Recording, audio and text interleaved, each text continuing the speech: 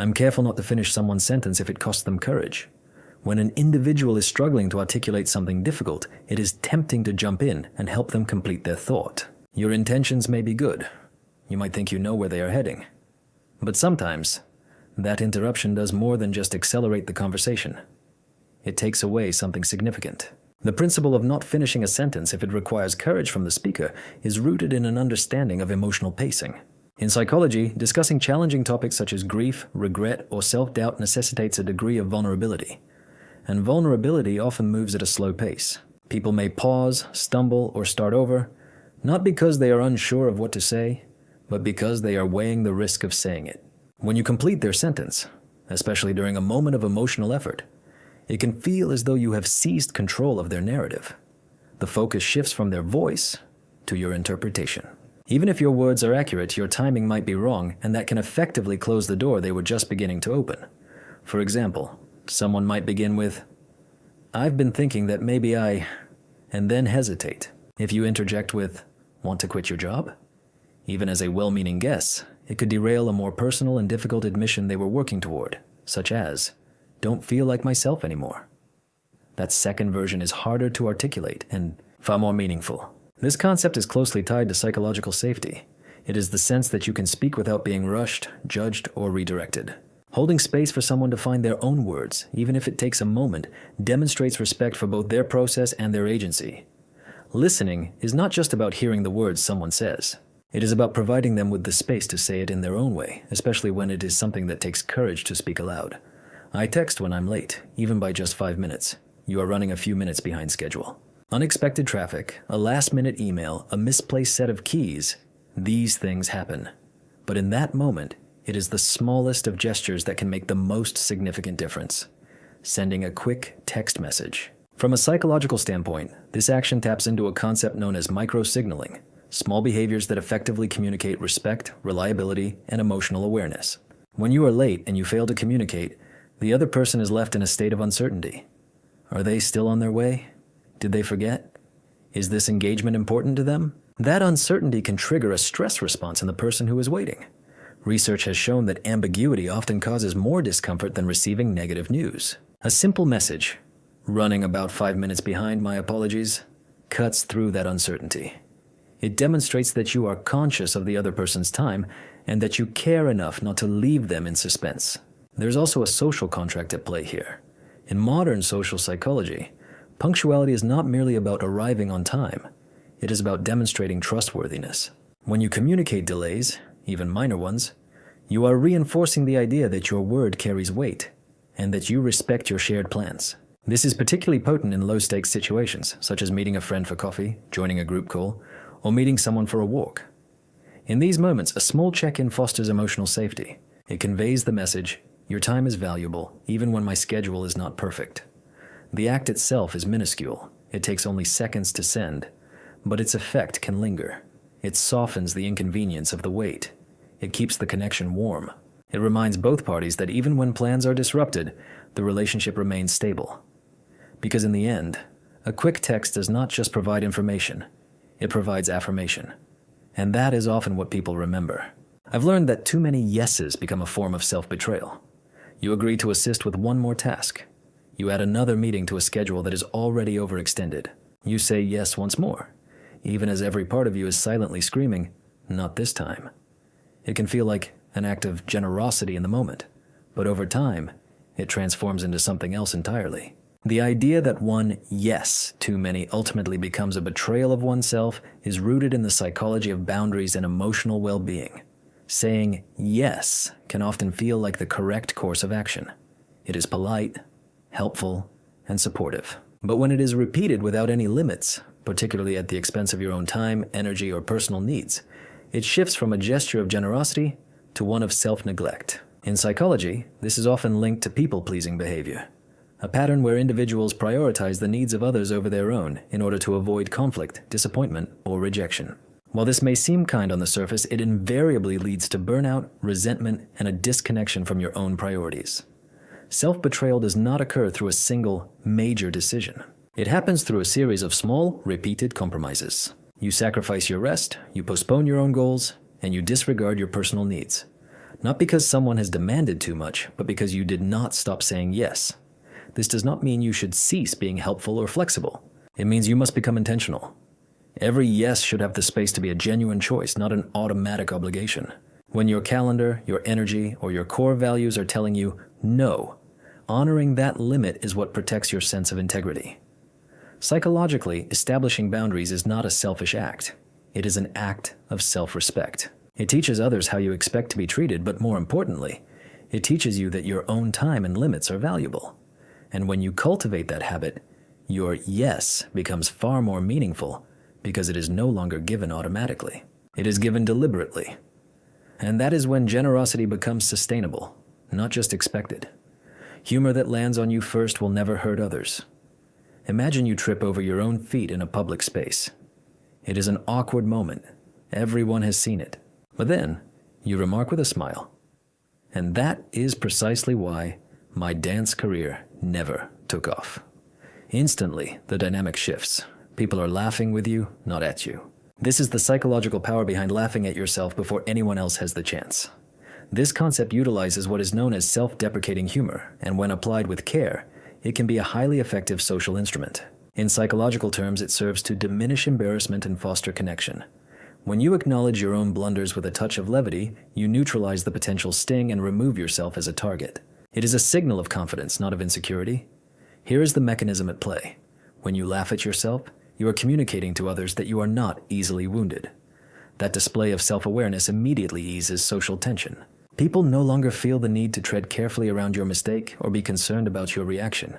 You have effectively diffused the pressure. This is particularly valuable in situations that feel openly uncomfortable, such as misspeaking during a presentation, spilling a drink in a meeting, or struggling to find an answer. A quick, lighthearted joke or a simple acknowledgement of the moment can create a sense of psychological security for both you and those who are watching. However, there is a fine balance to maintain. The objective is not to belittle yourself or to persistently minimize your strengths. It is to demonstrate that you can be fallible without becoming defensive. The laughter is not about making yourself smaller. It is about taking ownership of the moment before it can define you. Psychologically, this is an act of emotional dexterity. You are transforming potential shame into a moment of shared amusement. In many instances, it is this kind of honest, good-natured response that builds trust, dispels judgment, and turns awkwardness into something relatable. People do not remember perfection. They remember how you handled the stumble. I keep my bag off the seat because someone else could use it. You board a crowded train or enter a busy waiting area and you notice it. A perfectly usable seat occupied by a bag. No one is sitting there. Just a backpack taking up more space than it requires. It is a small action, but it communicates something much larger. The psychology behind keeping your bag off a seat that someone else might need is about spatial awareness and social signaling. In our shared public spaces, we are constantly interpreting each other's behavior to understand what is acceptable, what is welcome, and what is off limits. To occupy more than your fair share of space, particularly when others are clearly searching for a place to sit, can be perceived as a subtle display of dominance or disregard.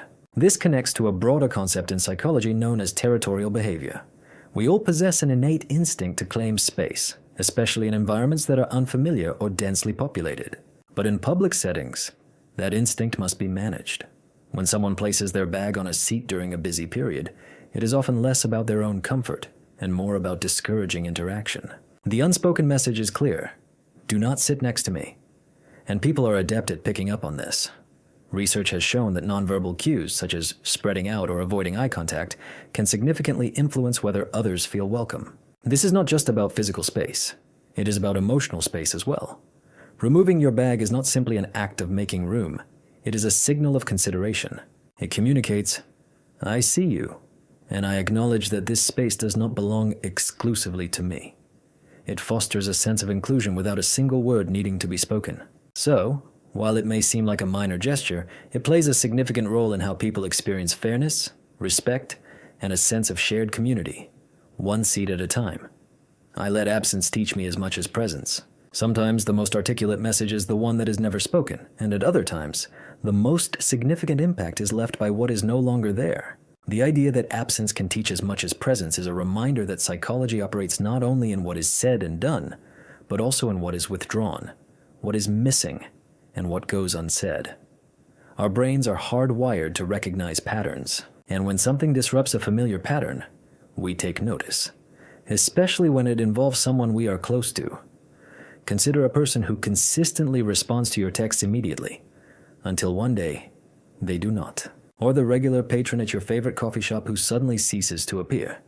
These are not just missing elements of a routine, the absence itself becomes a piece of data. And from a psychological standpoint, our reaction to that absence reveals a great deal. How much we relied on that pattern, how much we valued that person, and even how comfortable we are with the unknown. In social psychology, this is connected to expectancy violation theory, the idea that we form expectations about how people will behave, and when those expectations are broken, we notice and reassess. But absence is more than just a disruption. It can be a profound teacher. It can show you who was quietly anchoring your daily life, which connections were truly reciprocal, and which were one-sided. It can reveal the extent to which you depend on certain habits or people without ever realizing it. Absence can also illuminate what does not cause pain, what we do not miss. That, too, is useful information. It helps us to adjust, to realign, and to focus our attention on what genuinely matters, not just on what we have become accustomed to. So, the next time someone vanishes from a rhythm you had grown comfortable with, pay attention. Not with resentment, but with curiosity. Absence may not always be a loss. Sometimes it is just a new form of clarity. A pun at the right moment can be an act of diplomacy. Imagine tensions are escalating in a meeting. Deadlines are looming, egos are becoming more prominent than reason, and the atmosphere in the room feels as if it could fracture at any moment. Then, someone says with a deadpan expression, "Let's not make a mountain out of a spreadsheet." The room erupts in a brief, light laugh. Not because the joke is particularly brilliant, but because its timing was perfect. That is the psychology of a well-placed pun. At its core, humor, especially in the form of light wordplay, can serve as a pressure release valve. When conflict is building or discomfort is lingering, a pun does more than just entertain. It diffuses the tension. In psychology, this is sometimes referred to as affiliative humor. Humor that strengthens connections without targeting any individual. It signals a sense of safety, emotional intelligence, and most importantly, perspective. We often think of diplomacy as a formal and cautious practice, but its softest forms are frequently its most effective. A timely pun can communicate, "We are all still human here," without directly challenging anyone's stated position. It resets the emotional tone of the room. The brain responds to puns in a curious manner. They create a momentary mismatch of expectations, which is then resolved through a clever recognition of the play on words. This minor cognitive disruption followed by a moment of clarity can trigger a small release of dopamine, which in turn can improve mood and even reduce defensiveness. But timing is critical. A pun delivered too early can seem dismissive. Too late, and it misses its opportunity. But when it is dropped at the right moment, especially in high-stress or socially delicate situations, it becomes more than just a joke. It becomes a tool, a social bridge, a diplomatic nudge that invites everyone to relax and re-engage. Because sometimes, preventing a situation from boiling over is not about saying the perfect, serious thing. It is about reminding the room that it is okay to breathe. Pain is not a contest. I never one-up vulnerability. Someone begins to open up about a painful experience, and before you realize it, you are sharing a story about how your own experience was even more difficult. Your intention might not be malicious. Perhaps you are simply trying to show that you can relate. But what is communicated can often feel like a competition, and that is the problem. The principle that pain is not a contest, and that one should never try to outdo another's vulnerability, is about respecting emotional space. When someone shares something challenging, they are lowering their defenses. That moment is not about you. It is about them. To one-up them, even without intending to, shifts the focus away from their pain and onto your own. It often leaves them feeling unseen, or as if their experience has been dismissed. Here's a straightforward example. Someone says, "I've been having a really hard time with my anxiety lately." A one-up response would sound like, "Oh, I know what you mean. Mine was so severe I couldn't leave my house for a month." While that may be true, the timing of the remark turns their act of sharing into a mere backdrop for your own story. Now, they are no longer being heard. They are being outmatched. A more appropriate response would be to remain focused on their experience with something like, "That sounds incredibly difficult. I'm glad you felt you could tell me." This keeps the emotional spotlight where it belongs and allows them to express themselves fully, without interruption or comparison. From a psychological perspective, vulnerability requires a sense of safety. People are more willing to open up when they trust that the space will not be co-opted or judged. When we respond by attempting to match or surpass someone's pain, we can inadvertently make them feel small or silenced.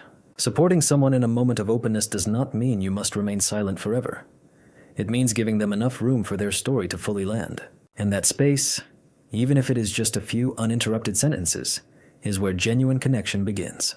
I strive to be the one who notices. In a bustling room, you might see someone who is quieter than usual. A colleague forgets their usual morning coffee. A friend does not respond to a message. Most people will not say anything. But one person might pause and gently check in. That is the one who notices. To be the one who notices is a simple yet powerful concept, deeply rooted in the psychology of attunement. It means being aware of the subtle emotional cues, the changes in tone, behavior, or expression, and responding with quiet care, rather than waiting for someone to explicitly state what is wrong. In psychology, this is connected to social sensitivity, the ability to perceive unspoken shifts in the emotional states of others. People often do not announce when they are struggling. They may downplay it, mask it, or simply say they are tired. When you notice these subtle changes and gently acknowledge what you are seeing, you create an opening for a real connection without demanding a full disclosure. This does not mean you should overanalyze or confront people. It means paying attention to the small details. Someone consistently skipping lunch, arriving late, or laughing less than they used to. Noticing might look like a simple, "Hey, just checking in on you," or asking, "Would you like to take a brief walk?" It is not about providing a solution. It is about signaling your presence. These small moments are what builds psychological safety, especially in relationships where people are afraid of being perceived as a burden. When someone feels seen, without having to ask for it, it can reduce their sense of emotional isolation and strengthen the bonds of trust. In a professional setting, this kind of awareness contributes to better teamwork. In friendships, it deepens the connection over time. Being the one who notices does not require perfect timing or profound conversations. It simply means showing up in small, consistent ways, especially when others seem to be pulling back. And often, just noticing is the first step toward helping someone feel that they do not have to carry their burden all alone. I've learned that confidence is simply comfort with imperfection. You might assume that confidence stems from being flawless, from having the perfect speech, the perfect answers, and the perfect timing. But genuine confidence does not come from getting everything right. It comes from being at ease when you do not. The idea that confidence is comfort with imperfection is about psychological flexibility, the ability to remain grounded and self-assured even when things go slightly awry. In our daily lives, the people who appear to be the most confident are not necessarily the most skilled. They are simply less disturbed by their own mistakes. This manifests in all sorts of situations. A speaker who stumbles over a word, smiles, and continues on. A manager who can admit they do not have the answer without losing their authority. These moments may not be polished, but they are powerful because they demonstrate a sense of calm under pressure. In psychology, this is linked to self-efficacy, which is the belief in your own ability to handle challenges. Confident individuals do not expect to be perfect. They trust in their capacity to adapt, to recover, and to remain effective, even with their flaws. And that mindset fundamentally changes how others perceive them. Someone who can laugh off a minor misstep or correct an error without becoming defensive often feels more trustworthy than someone who tries to conceal their mistakes. This also influences how people approach risk. When you are not afraid of being imperfect, you are more willing to try new things, to speak up, and to continue learning. Because failure no longer feels like a threat to your self-worth. It is simply a part of the process. Culturally, confidence is often confused with being loud or overly certain. But in practice, it is usually a quiet quality. It looks like being relaxed while you are learning, open when you are unsure, and calm when you are facing criticism. It is not about being invulnerable. It is about being real and still moving forward. And that kind of confidence tends to be more enduring because it does not depend on perfect conditions. It builds its strength through the cracks. Representation is an invitation. I try to widen the lens. Who you see in the picture tells you who is intended to be in the room. Representation is not merely about visibility. It is about fostering psychological safety. When people see individuals who look like them, sound like them, or come from a similar background holding positions of influence or respect, it sends a powerful message. You belong here too. In psychology, this is connected to social identity theory, which explains how our sense of self is shaped by the groups with which we identify. If those reflections are absent, it becomes more difficult to envision your own place in the narrative. It is why a child's face lights up when they encounter a teacher who shares their heritage. It is why diversity in the workplace is not just a matter of checking a box. It is a signal that opportunity is not confined by one's background. Representation also has a direct effect on performance. Research has demonstrated that when people feel underrepresented, especially in high-pressure environments, they may experience what is known as stereotype threat, a psychological burden that can actually diminish their outcomes simply because they feel out of place. But when the environment reflects a broad spectrum of identities, that pressure is alleviated, focus sharpens, and confidence grows. To widen the lens does not mean engaging in tokenism. It means intentionally designing our systems, our stories, and our spaces to mirror the full range of human experience, not just the most conventional or comfortable versions. Whether it is on a stage, in a leadership position, or on the written page, inclusion is not a passive state. It is actively constructed. Every time we make a choice about who to feature in an advertisement, a film, a panel discussion, or a curriculum, we are not just reflecting reality. We are actively shaping it. And when the lens includes more, the invitation reaches further. I am careful not to meet someone's softness with structure. An individual begins to open up, perhaps with some hesitation, a little vulnerable, and the response they receive is like a checklist. Have you tried this? Here is what you should do. This is what occurs when softness is met with structure. The intention may be good, to offer help, to provide clarity, to solve the problem, but in moments of emotional openness, structure often feels like a shutdown. It substitutes control for connection and planning for presence. When someone shares something personal, a fear, a hope, even a fleeting frustration, they are often not searching for a solution. They are testing the waters. Do I feel safe here? Can I trust this moment? To offer structure too quickly, such as a solution or an analysis, can feel like closing the door they have just summoned the courage to open. Psychologically, this is about emotional attunement, the ability to discern what someone genuinely needs beneath the surface of their words. If someone is speaking softly, tentatively, or with visible emotion, their nervous system is likely seeking regulation through connection, not correction. Matching that energy with warmth, quiet support, or even just attentive listening helps to build trust. This does not mean you can never be helpful. It means that help comes later. First, you must mirror the tone. If someone shares softly, you respond with softness. If they offer vulnerability, you hold it gently, not with an action plan, but with understanding. We all tend to default to what we are skilled at. Some of us offer logic, others offer empathy. But matching the tone, especially when someone leads with softness, is a skill that builds deeper relationships and greater emotional safety. Because not every quiet truth is a request for action. Sometimes it is just a test. Will you meet me here, or will you try to move me somewhere else? And how we respond can determine whether that person will open up again or not. I decline in the same way I would want to be declined. No one enjoys being told no, but the manner in which it is communicated can make a world of difference. This is the core of the principle. Decline as you would wish to be declined. In the field of psychology, this is a concept deeply rooted in empathy and social reciprocity, the practice of treating others as you would want to be treated if your roles were reversed. A refusal does not need to be sharp, dismissive, or uncomfortable. In fact, a thoughtfully delivered no can actually fortify trust, as it demonstrates honesty combined with genuine care. It is not just about the word no, it is about the entire delivery.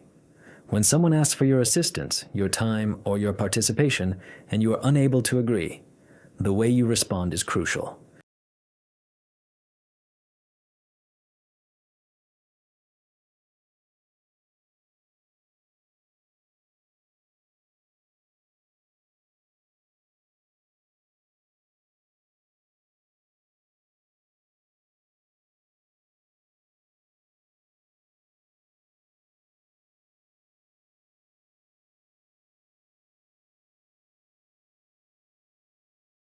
A vague or curt "I can't" can feel like a rejection of the person, not just of their request. However, a response such as, "I truly appreciate you considering me for this. At this time, I am unable to commit, but I would be very interested in being involved on another occasion," conveys the same message with both clarity and respect. This approach is applicable across various contexts. professional settings, friendships, and social invitations. Declining with warmth and specificity shows that you are not trying to avoid the person, but rather the specific task or timing. From a psychological standpoint, this helps to maintain relational trust, the sense that even when you establish boundaries, the underlying connection remains valued, and it operates in reverse as well. When you decline with kindness, you are modeling how you would want someone to respond to your own requests. This establishes a tone of mutual understanding for future interactions. From a behavioral viewpoint, practicing considerate refusals can also help to mitigate patterns of people-pleasing. It proves that setting boundaries does not have to be a cold or guilt-ridden process. It can be both clear and compassionate. Ultimately, saying no is an unavoidable part of life. But when it is done with empathy and respect, it becomes more than a simple refusal. It becomes a message of mutual dignity. And that is something people will remember long after they have forgotten the no itself. I show appreciation, even when no one is watching. Sometimes the most meaningful expression of gratitude is the one that no one else hears. It is not because it lacks significance, but because it was never intended to be noticed. This is the quiet power of appreciation, and in psychology, it plays a far more substantial role than you might imagine. Appreciation is not merely a social custom, it is connected to a psychological mechanism known as reinforcement. When a particular behavior is acknowledged, it is more likely to be repeated. But this reinforcement does not always require an audience. Expressing gratitude, even when the other person is not present, still shapes your perception of the world and the relationships you are a part of. Research in the field of positive psychology has shown that individuals who cultivate a habit of gratitude, even in private, tend to experience a higher level of emotional well-being. This is because the practice of appreciation shifts our focus away from what is lacking and toward what is working. Over time, this can rewire the brain's default mode of attention, making you more attuned to the small, meaningful moments that others might overlook. But appreciation also serves to strengthen our connections.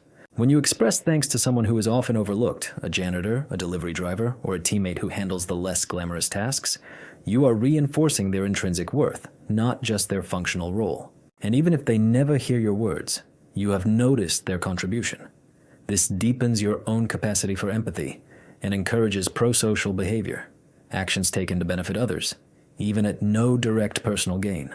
This is not about performative gratitude or public declarations of praise. It is about building the internal habit of noticing contributions and assigning them value.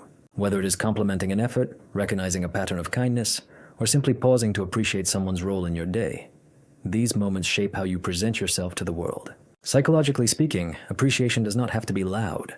It just has to be real. Even in silence, it still has its effect. I imagine invisible traffic lines in every hallway. You do not need a stop sign to recognize when to pause in a crowded corridor.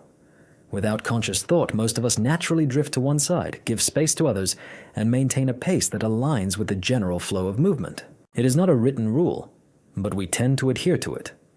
This is the essence of imagining invisible traffic lines in every hallway. This concept is drawn from the fields of social psychology and behavioral norms, the unspoken rules we follow in our shared spaces. Much like the lanes on a road, we mentally map out how to navigate through narrow areas without colliding with others. These invisible lines help to minimize chaos and preserve social harmony in tight, communal environments. It is why walking on the wrong side of a hallway can feel strangely disruptive, even if no one says a word. People might subtly alter their path or give you a brief look. That is a norm violation in action. We subconsciously sense when someone is not following the established flow. What is particularly interesting is how swiftly these traffic lines adapt to the local culture. In countries where driving is on the left, people often walk on that side as well. In schools or office buildings, the flow might shift depending on the location of doors or staircases. Our brains quickly learn and mirror the prevailing pattern, a form of behavioral mimicry that keeps everyone moving smoothly, and the benefit of this extends beyond mere courtesy. It lowers social friction, improves the efficiency of crowd movement, and prevents unnecessary stress. When you are in sync with the flow, you are not just moving through a space. You are acknowledging the presence of others within it. It is a subtle form of social cooperation. Simply by imagining those invisible lines, you help to make public spaces feel a little more respectful and a little more human. I've learned to mirror feelings first. The solutions can come later. A friend might say, "I am just so weary of everything at the moment." Before they have even finished their thought, your mind is already generating a list of potential remedies. Getting more rest, taking a walk, perhaps planning a holiday. This response is almost instinctual. However, in that specific moment, what they likely required was something entirely different: to feel that they were understood. The principle of mirroring feelings before offering fixes is straightforward yet profoundly effective. When people are grappling with emotional difficulties, their immediate need is seldom for advice. It is for validation. This means demonstrating that you have heard the emotion they are expressing, not just the words they are using. Mirroring someone's feelings is not about mindlessly repeating what they have said. It involves identifying and reflecting the emotion they are conveying in a calm and clear manner. If someone shares, "I feel like I'm completely stuck," a mirrored response would be, "That sounds incredibly frustrating." There are no suggestions offered yet, only acknowledgement. What this accomplishes is the lowering of emotional barriers. When a person feels genuinely seen and comprehended, they become more receptive to conversation and eventually to considering solutions. If you bypass this step and move directly to, "Here's what you should do," your words can come across as dismissive, no matter how well-intentioned. This approach taps into a fundamental human requirement for emotional validation. We all have a need to know that our feelings are coherent to someone else. Once that is established, the mind begins to settle, making it easier for individuals to process their thoughts and contemplate their next steps. Mirroring feelings is not a complex skill, but it does require conscious awareness. You must listen not just for the facts, but for the tone, the energy, and the underlying emotion. It is the pause that precedes the plan. And that small pause has the power to shift the entire trajectory of a conversation for the better. What you choose to do when no one is looking is, ultimately, who you are. A great many of our choices are made when there is no one around to observe them. Holding the elevator door for someone who is approaching, returning a shopping cart to its proper place, turning off a light in an unoccupied room. These decisions may seem minor, perhaps even invisible, but they quietly reveal something significant. Psychologists refer to this as private morality, the alignment between our internal values and our external actions, especially when there is no reward, punishment, or recognition involved. In other words, it is about doing the right thing when no one is watching. And these moments can be some of the most honest reflections of our true character. When the pressure of social observation is removed, what remains is our internal drive. Behavioral science calls this intrinsic motivation, the impulse to act based on our personal values rather than on external incentives. For example, someone might recycle not because they are afraid of a fine, but because they genuinely care about the environment. Or they might choose not to participate in gossip because they value trust, not because anyone is keeping score. Interestingly, researchers have found that when people believe their actions are being monitored, they tend to behave more pro-socially, more generously, more fairly. But when that spotlight is removed, some individuals change their behavior entirely, while others remain consistent. This difference often comes down to something called self-concept clarity, how clearly a person understands and commits to their own values across various situations. Integrity is not always about grand, sweeping decisions. It often manifests in the quietest of moments, the ones with no audience, no credit, and no applause. These moments are what build our habits, and our habits are what shape our character. So, while our public choices might tell others who we are, our private ones tell us. And psychology shows that the more closely these two align, the more stable and genuine our behavior becomes. It is not about achieving perfection. It is about being consistent, even when the room is empty. I use emojis to soften, not to dodge clarity. You have likely encountered this yourself. A message that simply says, "We need to talk," versus one that says, "We need to talk," followed by a smiling face. The words are identical, but the feeling is entirely different. This is the quiet power of the emoji. They are not just decorative, they are emotional signals, and when used effectively, they can soften a tone, reduce friction, and bring clarity to otherwise flat text. But when they are misused, they can create the very opposite: confusion, avoidance, and even a sense of distrust. The core principle here is straightforward. An emoji should add warmth, not obscure the message. In psychology, this is related to how we interpret tone in digital communication. In the absence of facial expressions or vocal cues, our brains are left to fill in the blanks. This is where misunderstandings thrive. Adding a well-placed emoji, such as a thumbs up or a simple smile, can bridge that gap. It is a cue that says, this message is intended to be friendly, even if the words are brief or direct. This is particularly useful in work-related chats, group texts, or any situation where the tone might be easily misread. But there is a flip side, using emojis to mask what you are actually trying to say. If you are delivering difficult news, providing constructive feedback, or establishing a firm boundary, peppering your message with too many hearts or smiling faces can feel evasive. It blurs the message instead of clarifying it. Effective communication, even with the aid of emojis, is about finding a balance. Be warm, but be honest. Soften the delivery, but do not smudge the meaning. An emoji should not be a substitute for clarity. It should be a support for it. In the end, emojis are simply a form of modern punctuation, a digital nod, a gentle hand on the shoulder of the message. When used with care, they can humanize our communication. When overused or misplaced, they can leave people guessing. I use them to connect, not to hide. I own the typo, then I fix it publicly. You press send, and then you see it. A glaring typographical error in an important email or message. It is easy to feel a surge of panic, to ignore it, or to quietly hope that no one will notice. But there is a more intelligent course of action. Own the typo, and then correct it publicly. From a psychological standpoint, this taps into the concept of impression management, which is how we shape others' perceptions of us. Mistakes, especially small, visible ones, can feel like a threat to our perceived competence. But research has shown that acknowledging them, particularly with a sense of calm and a touch of humor, often makes us appear more trustworthy, not less. When you point out your own error and then openly correct it, you are demonstrating two things: accountability and self-assurance. You are not pretending to be flawless. You are showing that you value accuracy more than you value your own ego. This approach is effective in professional settings, in classrooms, and even on social media. Let's say you post a graphic with a misspelled word. Fixing it quietly might keep things looking tidy, but owning it in the comments section, "Yes, we saw it. Yes, we cringed. It's fixed now," makes you relatable. It communicates to your audience that you are human, not hiding.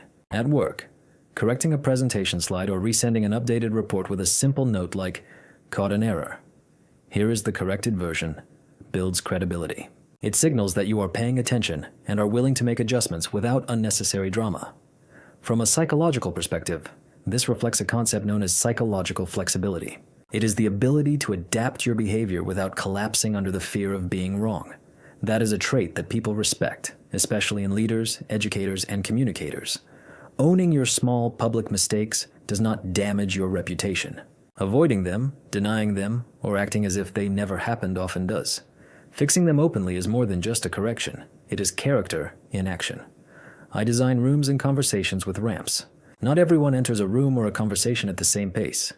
In physical architecture, ramps are about providing access. They allow more people to enter a space with ease, without the need to ask for assistance. The same principle applies to human interaction. Some individuals require a bit more time to adjust, to observe, or to feel welcome before they are ready to engage. In psychology, this is connected to concepts like processing speed, social anxiety, and even the distinction between introversion and extroversion. People have different thresholds for feeling safe, seen, or prepared to participate. When we design our spaces or our social settings without taking this into account, we can inadvertently leave people behind. To create a ramp in a conversation might mean starting with something light or observational before moving on to deeper topics. In a meeting, it could involve providing the agenda ahead of time or beginning with a check-in round instead of immediately diving into decisions. For physical spaces, it might mean using softer lighting, providing clearer signage, or arranging seating in a way that feels naturally inclusive rather than hierarchical. The intention is not to slow things down for everyone. It is to create a space where more people can find their footing. The goal is to facilitate fluency, allowing people to move into participation smoothly, without feeling the need to over-explain themselves or to catch up midstream. Inclusion is often not about grand gestures. It is about subtle design choices that reduce friction. When you add a ramp, you're not lowering the standards. You're raising the level of access. Whether it is a group chat, a classroom, or a community event, the question becomes, can more people enter here with a sense of dignity? Because the more welcoming your design, whether it is social or physical, the more human your space becomes. I let people grieve without trying to tidy it. Grief does not adhere to a neat and orderly schedule. It does not show up politely or wrap itself up in a few well-written paragraphs. But when we witness someone grieving, our immediate instinct is often to try to tidy it up, to say something comforting, to redirect their focus, or to help them move forward. The principle of letting people grieve without tidying it is about making room for emotions that are messy, unpredictable, and profoundly human. In psychology, grief is not seen as a problem to be solved. It is a process that people move through in their own way and at their own pace. Attempting to organize someone else's grief by offering solutions or reframing their situation can actually make things more difficult. When you say things like, "They are in a better place now," or "At least you had the chance to say goodbye," you may have the best of intentions, but what is often communicated is, "Your pain is making me uncomfortable, so I need to package it into something more manageable." To let someone grieve without tidying it means allowing them to cry, to talk in circles, to fall silent, or to feel stuck without trying to rush them out of it. It is about being present without attempting to manage their emotions. No pep talks, no silver linings, just your presence. For example, if a friend is going through a breakup or a loss, you do not have to search for the perfect thing to say. You can simply say, "I am here if you need to talk," and mean it. That kind of steady, unwavering support gives them the space to process what they are feeling, instead of feeling pressured to perform as if they are okay. Grief often feels chaotic from the inside. The most supportive thing you can do is not to make it smaller or cleaner than it really is. Just let it be what it is, and let them know that you will stay with them through it. I let people cancel, with no guilt required. Sometimes plans simply fall through. Someone sends a last-minute text to cancel a dinner reservation, to reschedule a meeting, or to say that they are just not feeling up to it today. And even if you understand, a small part of you might feel let down, or worse, annoyed. But here is the thing. Allowing someone to cancel without imposing guilt is not just an act of kindness. It is psychologically wise. Our brains are wired for social connection, but they are also wired for self-preservation. When someone cancels, especially with an honest reason like exhaustion, stress, or anxiety, they are choosing honesty over performance. That is not a betrayal of the relationship, it is a sign of trust. To respond with frustration or guilt, even subtly, teaches the other person to mask what they truly need. Over time, this can chip away at their sense of emotional safety. People will begin to show up when they are running on empty, not because they want to, but because they are afraid not to. To let someone cancel freely creates the opposite effect. It builds trust. It signals that your relationship is not contingent on constant availability or perfect timing. And that is particularly important for those who struggle with burnout, social anxiety, or chronic overwhelm. It is also worth noting that many people will over-apologize when they cancel, even if they have done nothing wrong. That is not because they are inconsiderate, it is because they have likely been made to feel guilty for it in the past. Meeting that moment with a sense of calm and no-pressure reassurance helps to undo that learned fear. Of course, it is perfectly acceptable to feel disappointed, but we can hold that disappointment quietly, without layering it onto someone else. In the long run, flexibility strengthens a connection more than forced presence ever could. Because the relationships that last are not built on flawless attendance. They are built on mutual understanding. Letting someone step back without shame is not a sign of weakness. It is one of the strongest signals of care we can give. I ask if they want advice or just space. Someone begins to open up to you about a difficult day, and before they have even finished their sentence, you are already suggesting solutions. It is an instinctive reaction. You want to be helpful, but sometimes trying to fix things too quickly can do more harm than good. The psychology behind asking if someone wants advice or just space is about giving people a sense of control over how they process their own emotions. When someone shares a personal struggle, it can feel like an invitation to jump in with your ideas, tips, or encouragement. But not everyone is looking for that. In fact, many people simply want to be heard, not helped. By asking a simple question like, "Do you want some advice? Or do you just want to talk it out?" you are giving the other person the opportunity to guide the conversation in the direction they need. It is a small question, but it shifts the entire dynamic. Instead of assuming what would be most helpful, you are offering a choice. And that choice creates a sense of emotional safety. For example, a friend might say, "I am feeling completely overwhelmed at work." A typical response might be, "You should really take a break, or maybe talk to your manager." And that is advice. But if they were not yet ready for solutions, it can feel dismissive. Now, compare that with, "Do you want to just vent for a bit, or are you looking to figure something out?" This lets them decide the direction of the conversation. Psychologically, this demonstrates empathy in action. You are not just responding to what was said, you are responding to what was needed. It reduces the likelihood of miscommunication, lowers the chance of defensiveness, and makes it easier for people to open up again in the future. It is a simple question, but it builds emotional intelligence on both sides. And over time, this one habit can completely change how supported people feel in your presence. I protect what is sacred, even when it is subtle. Some of the most important things in life do not announce themselves with great fanfare. A quiet morning ritual, a shared inside joke, the comfortable silence in a familiar space. These things are not grand or obvious, but they have weight. And that is the heart of this idea. To protect what is sacred, even when it is subtle. In psychology, this touches upon the concept of meaning-making. Human beings have a natural tendency to assign value to moments, habits, and gestures that may appear ordinary on the surface, but carry a deep emotional or symbolic significance underneath. When those things are overlooked, interrupted, or dismissed, it can feel as though something small has been broken, and something significant has been ignored. Take, for example, the friend who always calls you during their evening walk. It is not officially labeled as a ritual, but it is one. Or the coworker who arranges their desk in the exact same way every morning, not because it is the most efficient, but because it brings them a sense of calm. These moments are not dramatic, but they are meaningful. And when others fail to see their value, it can create a subtle kind of disconnection. To protect these things means to notice them, to respect them, and not to brush them off simply because they are quiet. It might mean holding space for a weekly habit, even when schedules become hectic, or allowing a moment to breathe instead of rushing to fill it with noise. It is about honoring the things that stabilize us, not just the things that entertain or impress us. Over time, these subtle, sacred elements build a strong foundation. They communicate to people, this matters, you matter. And when those messages are repeated, not with loud proclamations but with quiet consistency, they become a form of care that is harder to shake than any grand gesture. Because the sacred is not always ceremonial. Sometimes it is just quietly woven into the rhythm of our ordinary lives. And recognizing that is what makes a connection last. I don't solve the pain before I have heard it. Someone says, I've been feeling really overwhelmed lately. And within a matter of seconds, you are already offering a list of tips. Get more sleep, practice better time management, maybe try a new routine. It feels as though you are being helpful, but in reality, you may be skipping over the most crucial part of the process. The idea of not solving the pain before you have truly heard it is about pacing your support.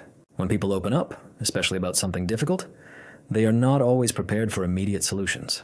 In fact, jumping straight to advice can often make them feel ignored or misunderstood. At its core, this concept is about listening fully and patiently before you respond. Most people do not lead with their entire story. They test the waters by sharing a small piece of it. If the listener rushes in to fix it right away, the speaker may pull back, feeling as though their pain was too quickly dismissed or oversimplified. Imagine someone says, I've been feeling a bit lost at work. A solution-driven response might be, you should update your resume or start looking for a mentor. But a hear it first response would sound more like, that sounds really frustrating.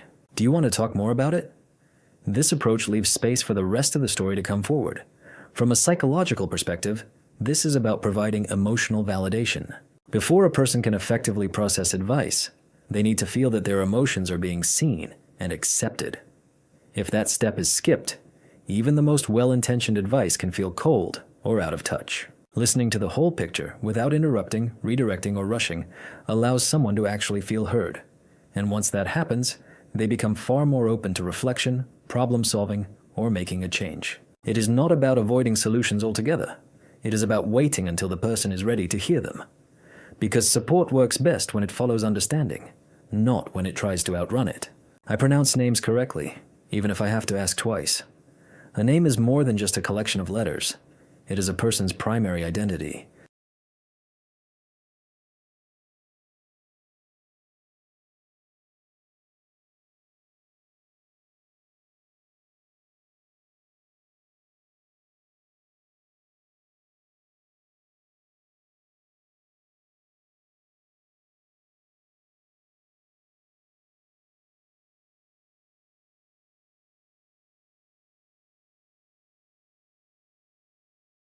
Getting someone's name right may seem like a small gesture, but psychologically it signals something much deeper. Recognition, respect, and genuine care. When you mispronounce a name or avoid using it altogether, you risk sending a message, even unintentionally, that the effort is not worth your time. In psychology, this taps into the concept of social belonging. Studies have shown that when people hear their names spoken correctly, especially in diverse environments, it increases their sense of inclusion and personal value. On the flip side, repeated mispronunciations, particularly after a correction has been made, can chip away at a person's confidence, especially in professional or academic settings. Names often carry with them a rich cultural history, a sense of family pride, or a deep personal significance. To ignore that or to flatten it into something that is easier for you to say does not just make communication smoother, it can sometimes erase a part of someone's story. That is why asking for the correct pronunciation and repeating it until you get it right is so important. It is not about achieving perfection on the first try. It is about making the effort. And that effort is always noticed. Whether it is in a classroom, a meeting, or during introductions at a party, those extra 2 seconds you take to clarify a name show that you are truly listening, that you are treating people as individuals, not just as participants. You would not want your own name to be mangled in every interaction. And for many people, that is not an occasional slip-up. It is a daily occurrence. When you take the time to learn someone's name and say it correctly, you're not just addressing them, you are including them. And sometimes, inclusion begins with a single, well-pronounced syllable. I zoom out.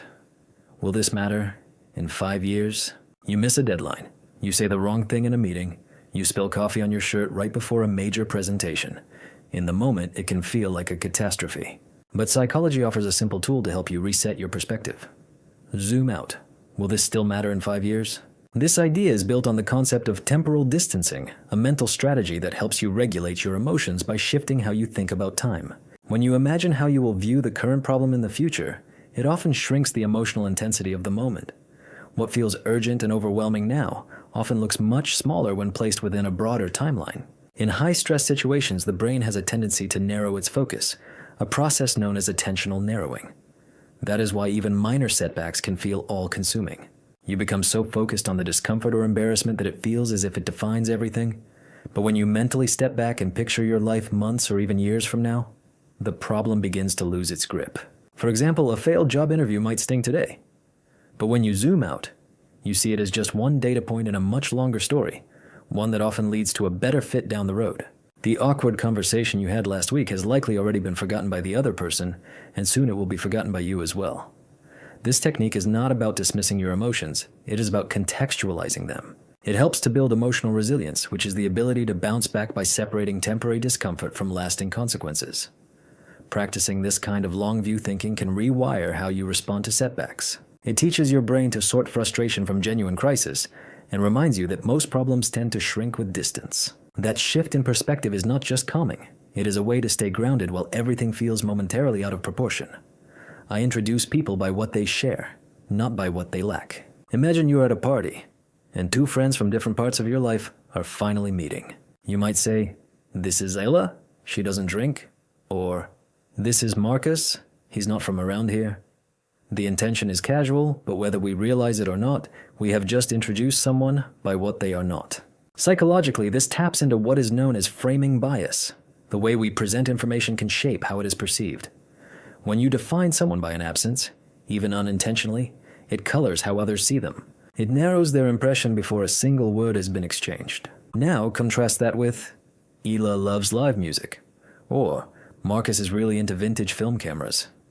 These introductions are not just more engaging, they offer a potential starting point for a connection.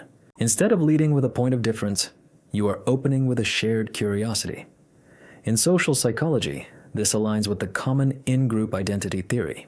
People are more likely to empathize, cooperate, and build rapport when they feel a sense of similarity. So, when your introductions emphasize common interests or values, you are not just being polite.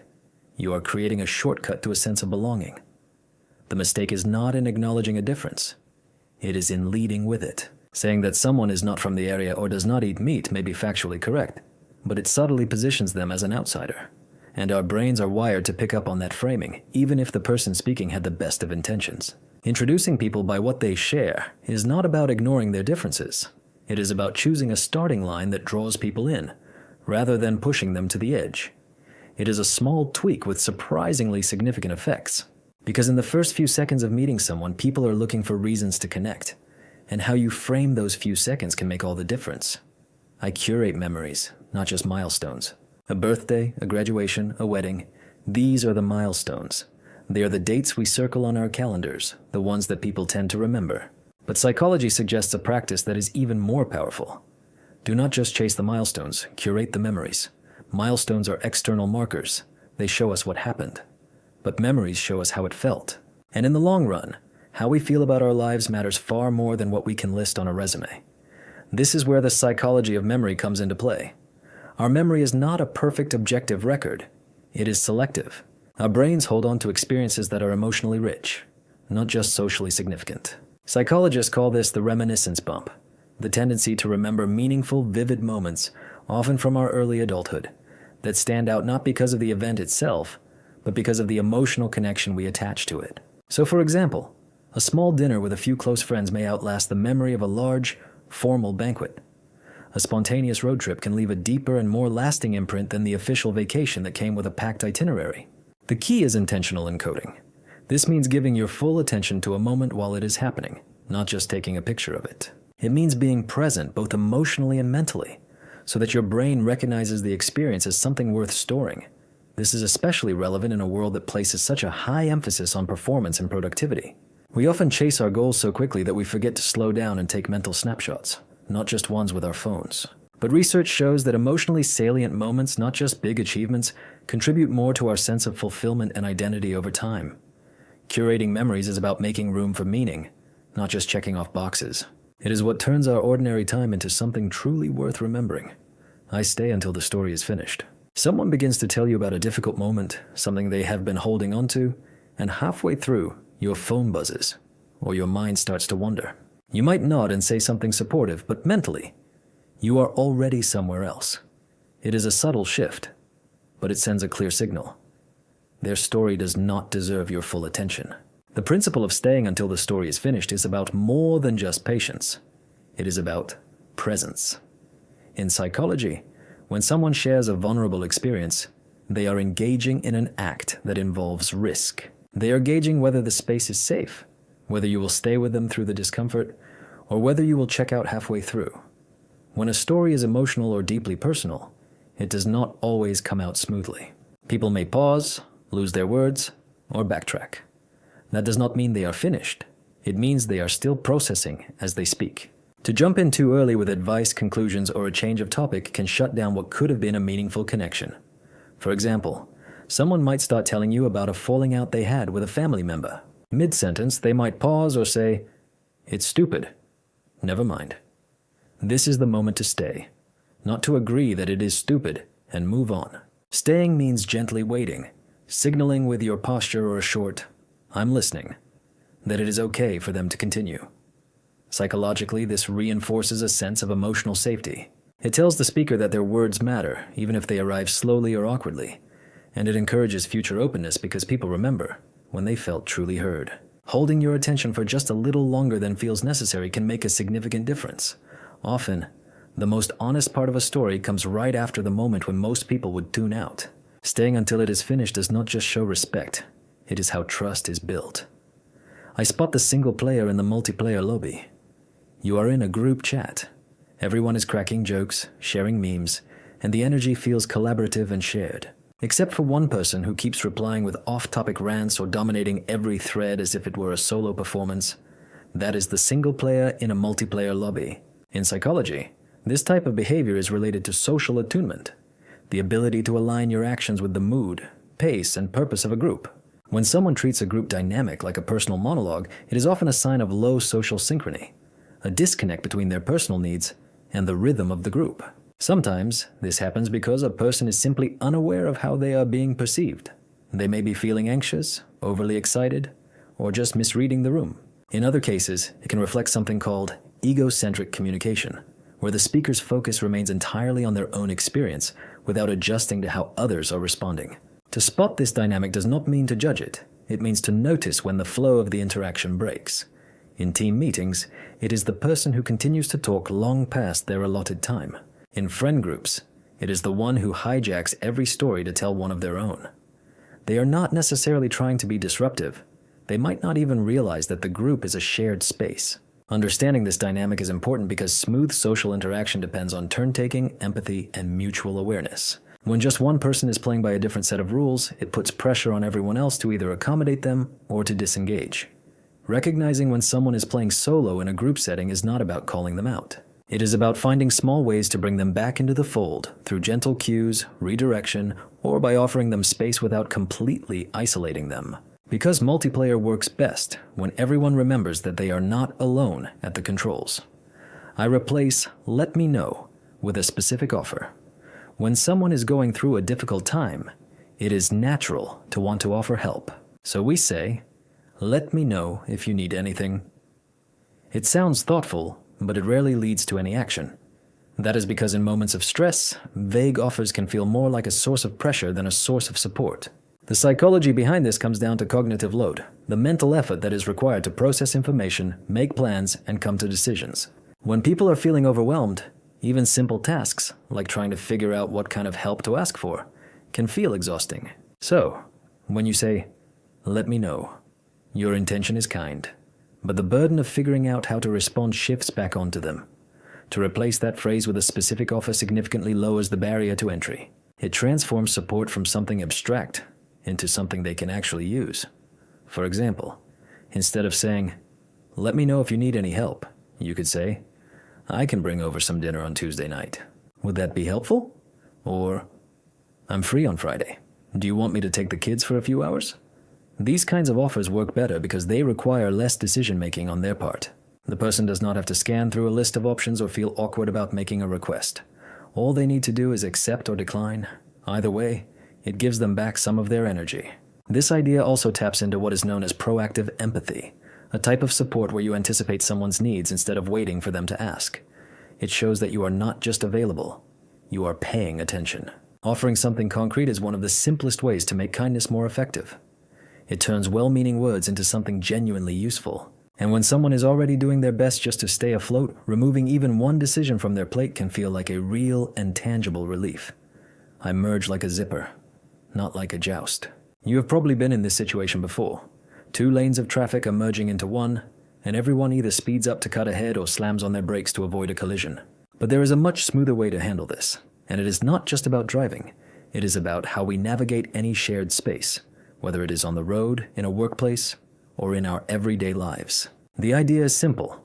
Merge like a zipper, not like a joust. In the field of traffic psychology, this is known as zipper merging. And it is not just a matter of being polite, it is also more efficient. When each car takes a turn at the merge point, it helps to reduce congestion and frustration. But the psychology behind it reflects something deeper: how we manage fairness, cooperation, and social flow. People often treat merging as a contest, racing to be the first or actively blocking others out. That mindset taps into our competitive social dynamics, where we view limited space or opportunity as something to be guarded or conquered. But psychology shows that cooperation, even in these small interactions, can increase trust and reduce stress. The zipper model relies on a sense of mutual awareness. Each side gives a little, and that is what makes the system work. It is not about dominance, but about reciprocal concession. This principle applies to conversations as well. Think of a group discussion where people alternate speaking instead of one person monopolizing the airtime, or a meeting where contributions flow freely because people feel heard rather than overridden. To merge like a zipper is a reminder that systems, whether they are mechanical or social, run better when everyone understands the importance of timing, respect, and shared movement. It is not about slowing down or giving up your space. It is about syncing with others so that no one has to fight just to belong. And that small shift, whether on the road or in a room, makes everything run more smoothly. Not because one side wins, but because both sides are able to move forward together. I don't interrupt joy with skepticism.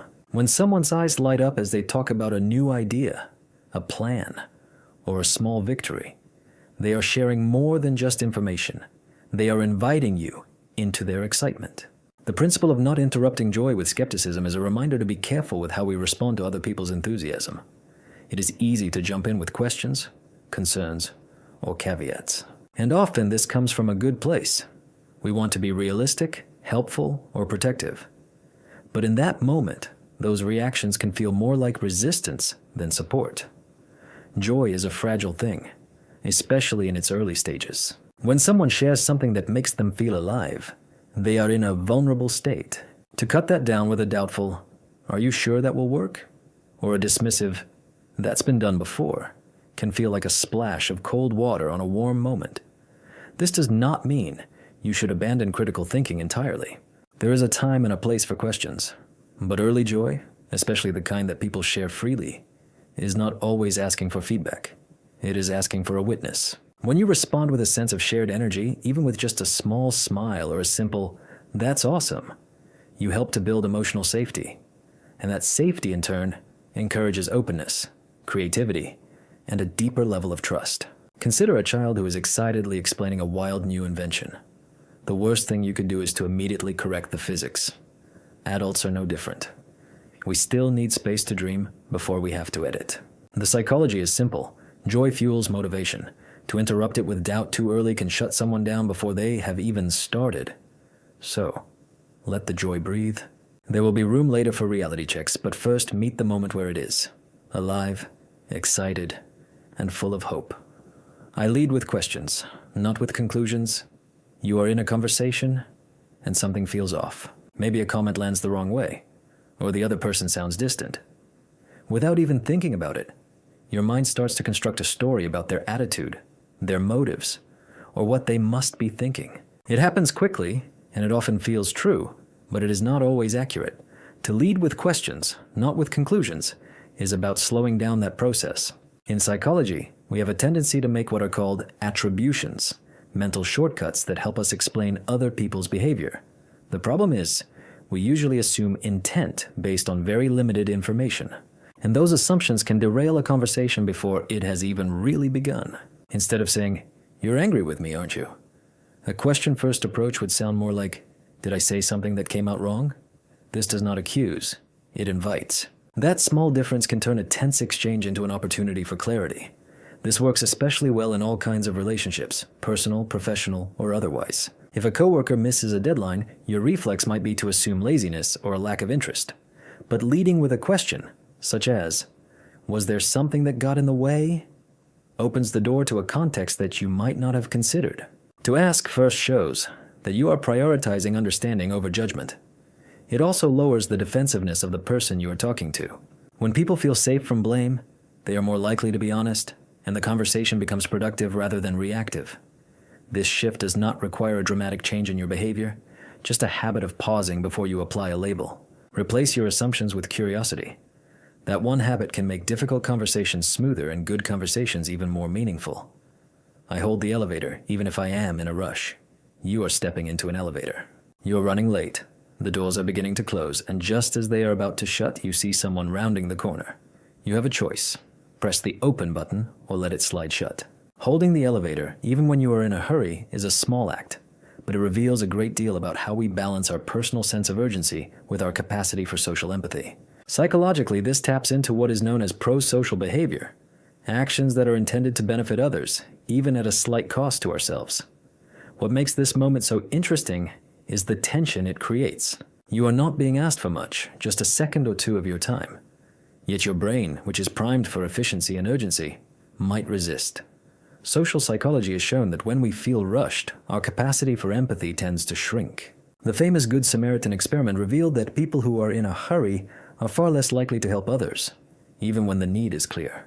But to resist that instinct, to choose to pause, to make eye contact, to hold the elevator, is to restore a small piece of our social trust. It shows that speed does not have to override kindness, and it builds something called moral elevation, a term that psychologists use to describe the warm, inspired feeling we get when we either witness or perform an altruistic act. From a practical standpoint, you are still on the same ride. You are still heading to the same floor. But for that one other person, your pause might mean not being late, not feeling excluded, not being left behind. Moments like this make the invisible threads of our cooperation a little more visible. They say, "We're in this together," even if it is just for a lift between floors. I don't ask heavy questions when the credits are rolling. You're walking someone to their car, or you are wrapping up a phone call, and just as they are about to leave, you drop a deep, profound question. Something they were not expecting, something that clearly requires more time. But the moment is already closing. Now they have to make a choice: reopen the conversation or walk away feeling unresolved. The idea of not asking heavy questions when the credits are rolling is all about emotional timing. In psychology, people tend to mentally transition when they know that something is coming to an end. Their focus starts to shift to what is next, their next destination, their next task, or their next mental state. To drop a big or emotional topic during that shift can easily backfire. It is not that the question itself is wrong, it is that the moment cannot hold the weight of it.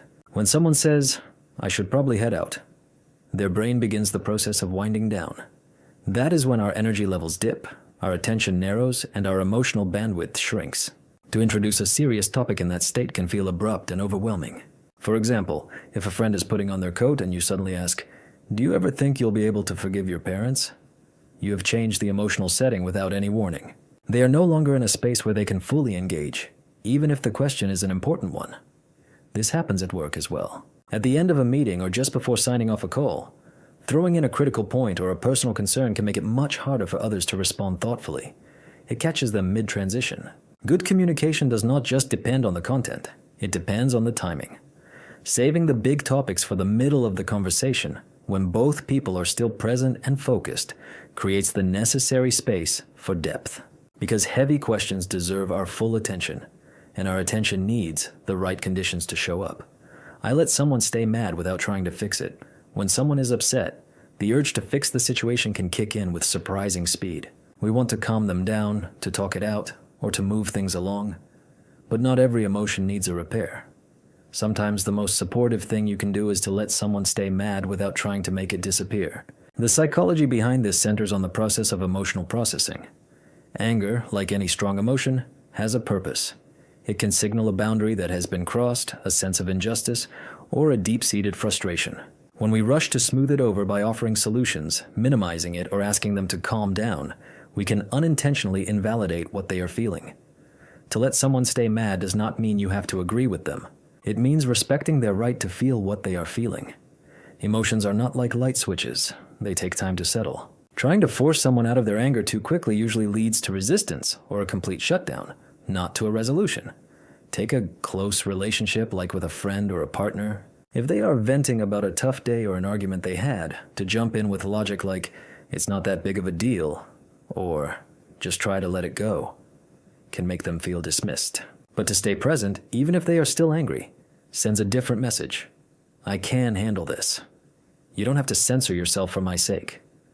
Psychologically, this helps to build both emotional resilience and relational trust. It shows people that they do not need to manage your comfort when they are upset. They can move through their anger without fearing judgment, conflict, or abandonment.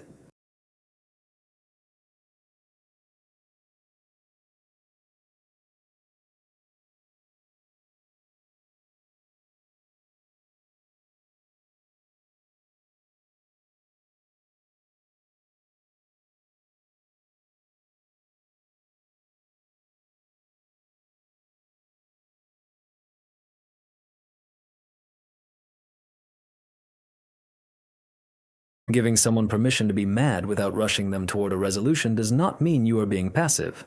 It means you are being patient. And that patience can be the very thing that allows the emotion to run its course, so that it does not get buried, redirected, or turned into something even harder to reach later.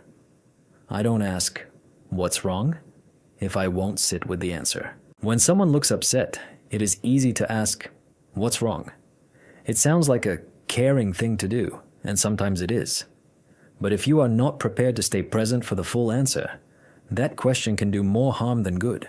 The idea behind not asking, "What's wrong?"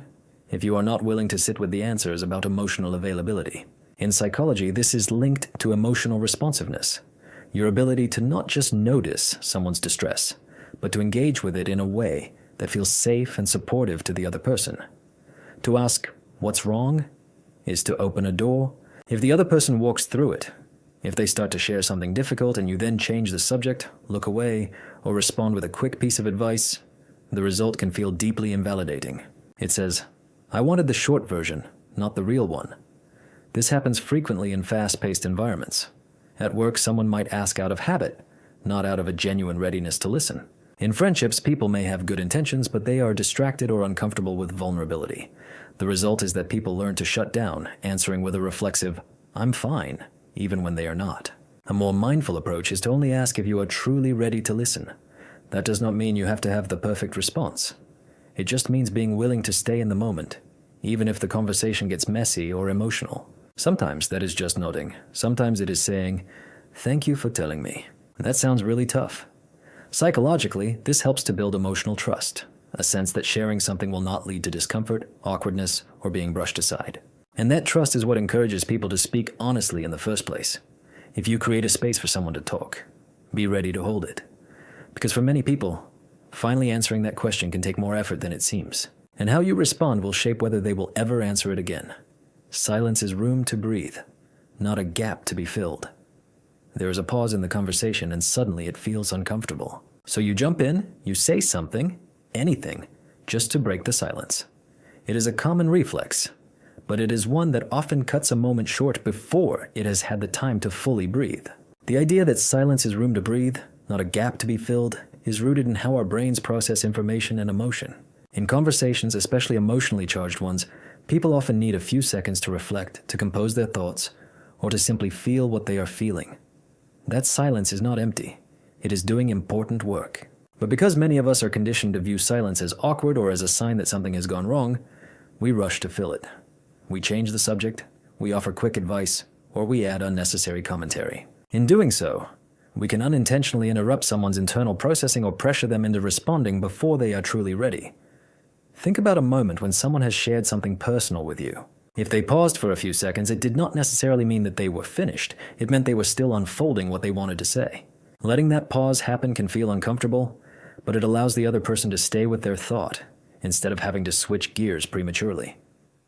Psychologically, silence is a part of communication.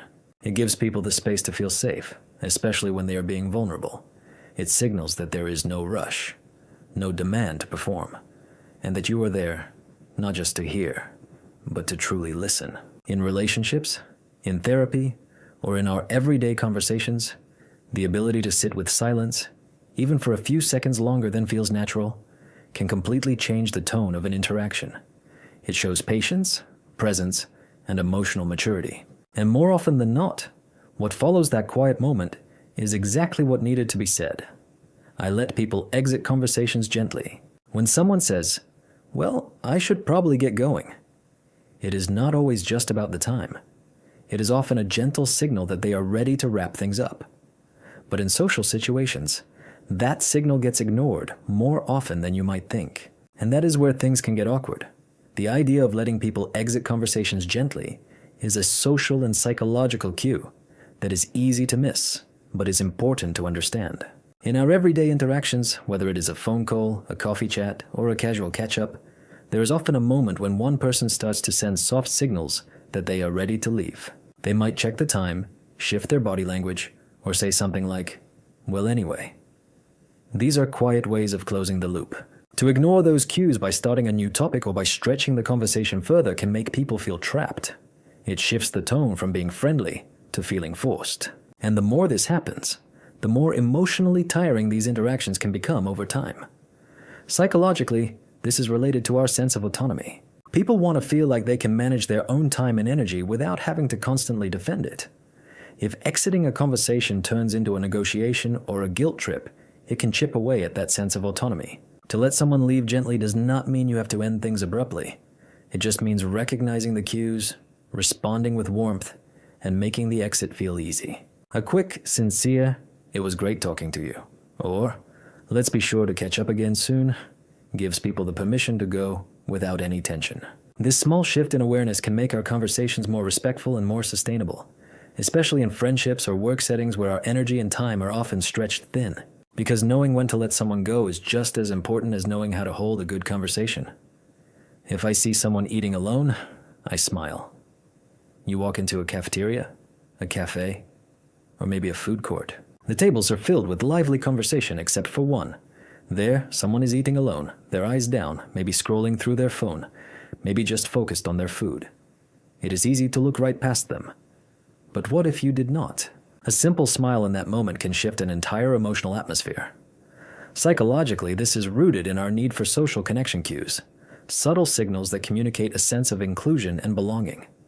Human beings are wired for these. Even fleeting micro-interactions like brief eye contact or a quick nod can register in the brain as a form of validation. Eating alone can feel like a vulnerable act. It is one of those small settings where people may be more acutely aware of being seen or being ignored. Social psychology calls this the spotlight effect. We often believe that others are noticing us more than they really are. But for someone who is sitting solo, that spotlight can feel very real. A smile does not fix loneliness. It does not turn a stranger into a friend. But it does say, "You are seen." And that is not a trivial thing. Research on emotional well-being has shown that casual social gestures, which are known as weak ties, can significantly boost a person's mood. You do not need a deep conversation to make a difference. Just a moment of warmth, just a moment of recognition. It is also a form of social permission. When you smile at someone who is alone, you're not pitying them. You're telling them that their presence is just as valid as anyone else's, that they are not out of place. In a world that often rushes past the quiet corners, that small act of acknowledgement can land like a soft light on a dark surface. It asks for nothing in return. It is over in a second. But sometimes, a second is all that someone needs to feel a little less invisible. I describe the impact before the intent. You say something and you did not mean to hurt anyone, but someone ends up hurt anyway.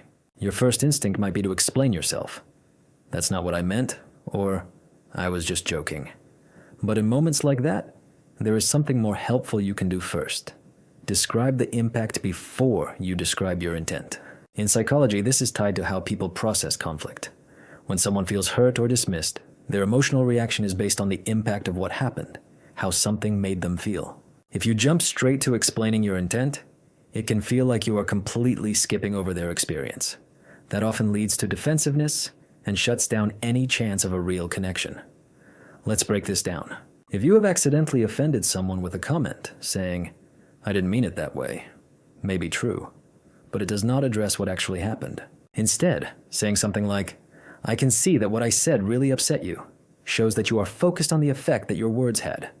That creates the room for trust to be rebuilt. This approach does not mean you have to take the blame for something you did not do maliciously.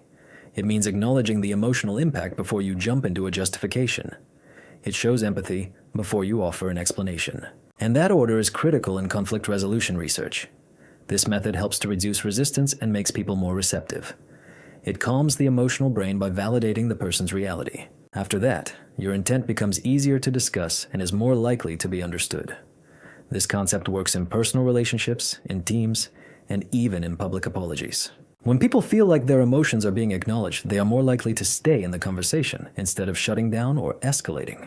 Describing the impact first is a small shift, but it is one that can turn a conflict from a standoff into a dialogue, and it is often the moment where real repair begins. I make space for the late bloomer. They did not peak in high school or in college, or even in their 20s. While others were racing ahead, landing jobs, launching startups, and checking off all the boxes, they were still trying to figure out which lane to drive in. But here is the thing. Not everyone blooms on the same schedule. In psychology, this idea aligns with the concept of developmental timing, the understanding that people grow, change, and succeed at very different rates. Whether it is in their emotional maturity, their social confidence, or their career direction, these milestones do not happen on a fixed timeline. Some people arrive early, others arrive later, and some take a scenic route that does not look like anyone else's. But socially, the late bloomer often gets overlooked. In classrooms, they may be labeled as underperforming. In workplaces, they may be passed over.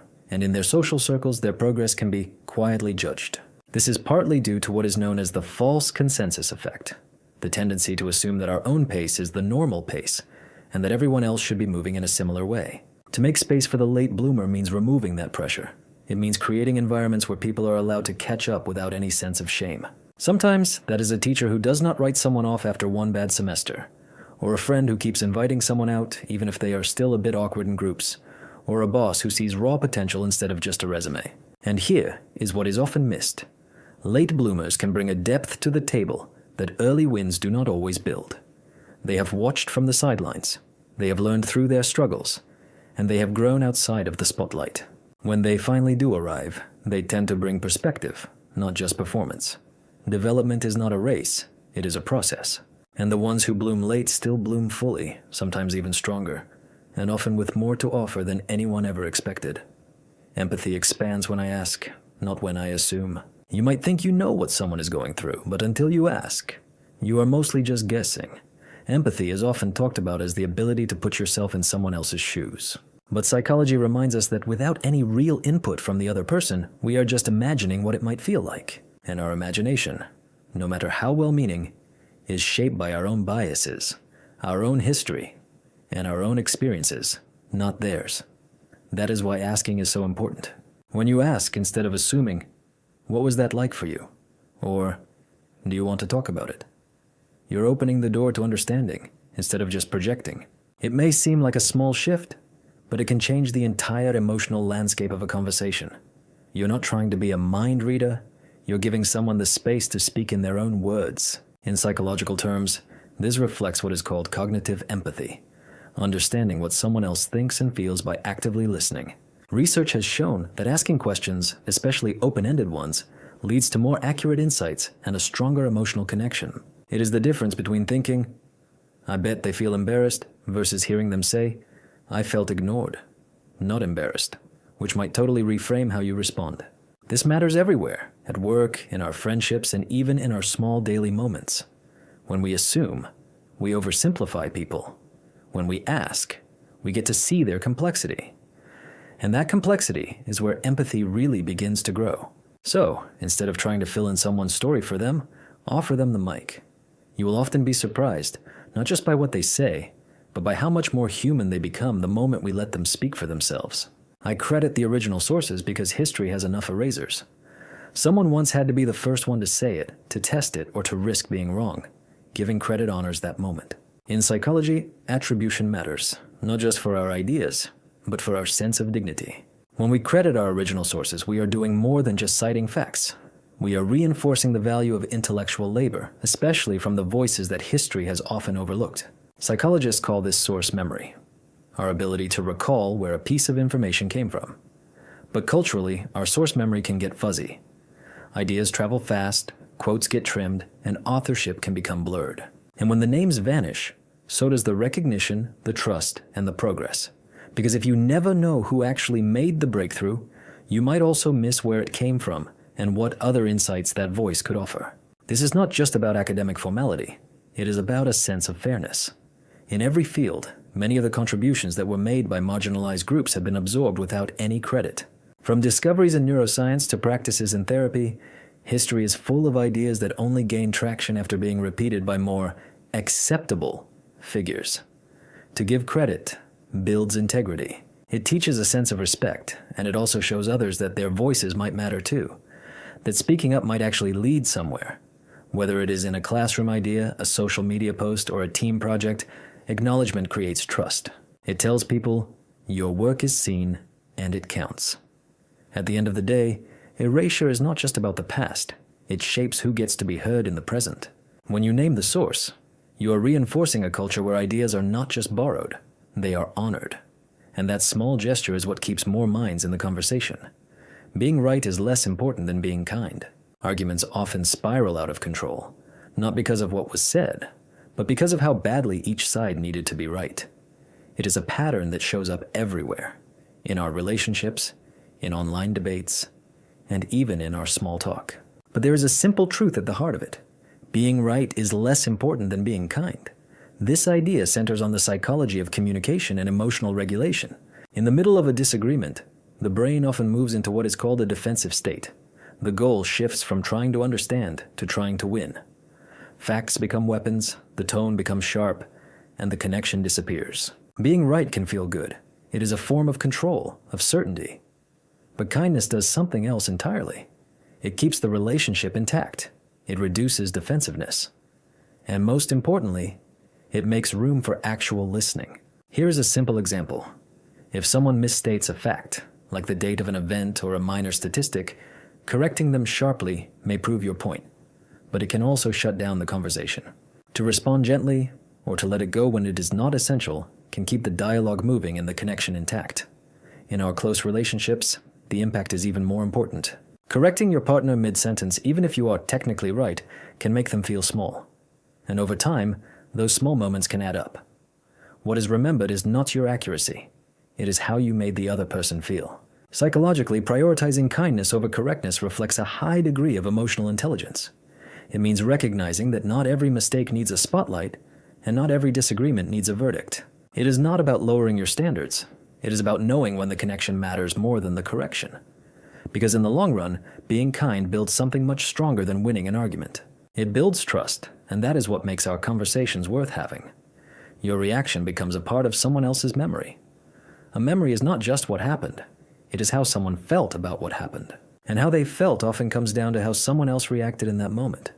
The idea that your reaction becomes a part of someone else's memory is a reminder that our responses can stick, not just in the short term, but in the lasting emotional narrative that people carry forward. Whether it is how you responded to someone's vulnerable story, a mistake they made, or a moment of celebration, your expression, your words, your tone, all of it gets stitched into how they will remember that day. This is not about walking on eggshells. It is about understanding that our memory is not recorded like a video. It is filtered through our emotions, and our emotions are shaped by our interactions. Neuroscience research has shown that when people recall their memories, they do not just access the facts, they relive the emotions. And the emotional tone of that memory often comes from how the moment was received by others. Think of a child who is excitedly showing off a messy drawing. A flat or distracted reaction might not seem harmful, but it becomes the emotional backdrop of that memory. On the other hand, a warm, interested response can turn even a small event into something that is cherished. It is the same in our adult relationships. When someone shares a personal story or confesses a fear, how you respond will shape how safe they feel being open with you in the future. Psychologists call this co-regulation. Our nervous systems can affect each other. Our reactions can either soothe or agitate, encourage or shut down. So, the pause you take before you roll your eyes, the effort you make to really listen, the choice to meet someone's vulnerability with care, those are not just kind gestures. They are memory-shaping tools. In short, we help to write the emotional version of someone else's story, even if we do not realize it at the time. I live in a way that relieves, not adds, to the emotional weight of others. Some people leave you feeling lighter after a conversation. Others leave you carrying something extra. To live in a way that relieves, not adds, to the emotional weight of others is about the kind of psychological footprint we leave behind in our everyday interactions. It is less about our dramatic actions and more about our small, repeated choices. How we speak, how we listen, and how we respond when we are under pressure. Psychologists often talk about emotional contagion, the idea that our moods and our stress levels can spread from one person to another. But this works both ways. A sense of calm, of kindness, and of emotional steadiness are just as contagious. When someone stays grounded in a tough moment, they make it easier for others to do the same. When someone validates a feeling rather than dismissing it, they give permission for honesty without any sense of shame. To live this way does not mean you have to avoid conflict or pretend that everything is fine. It means showing up with a sense of emotional intention. Do your words increase someone's sense of fear, or do they help to clarify it? Does your silence create a sense of uncertainty, or does it offer a space for reflection? Take our work environments, for example. A leader who handles bad news with transparency and a sense of calm can help the team to process it without panicking. In our friendships, simply listening without rushing in to fix things can relieve more pressure than advice ever could. Even our physical presence can matter. People tend to co-regulate each other's stress levels. A steady tone of voice or a grounded posture can ease the tension without you having to say much at all. This mindset is all about being aware of your emotional impact. You do not have to solve anyone's problems. But if how you live makes others feel steadier, not shakier, then you are already doing more than enough. I only reply all if every eye truly cares. It happens in offices every single day. A simple email goes out to a dozen people. One person hits reply all with a short thanks, and suddenly everyone's inbox pings. Then another, and just like that, the noise has drowned out the signal. To reply all can seem harmless, even polite. But in psychology, it is a textbook example of communication overload. When a message is sent to many, but is only relevant to a few, it creates a sense of friction. People will start to ignore threads, they will miss key details, or they will feel frustrated by the constant stream of irrelevant information.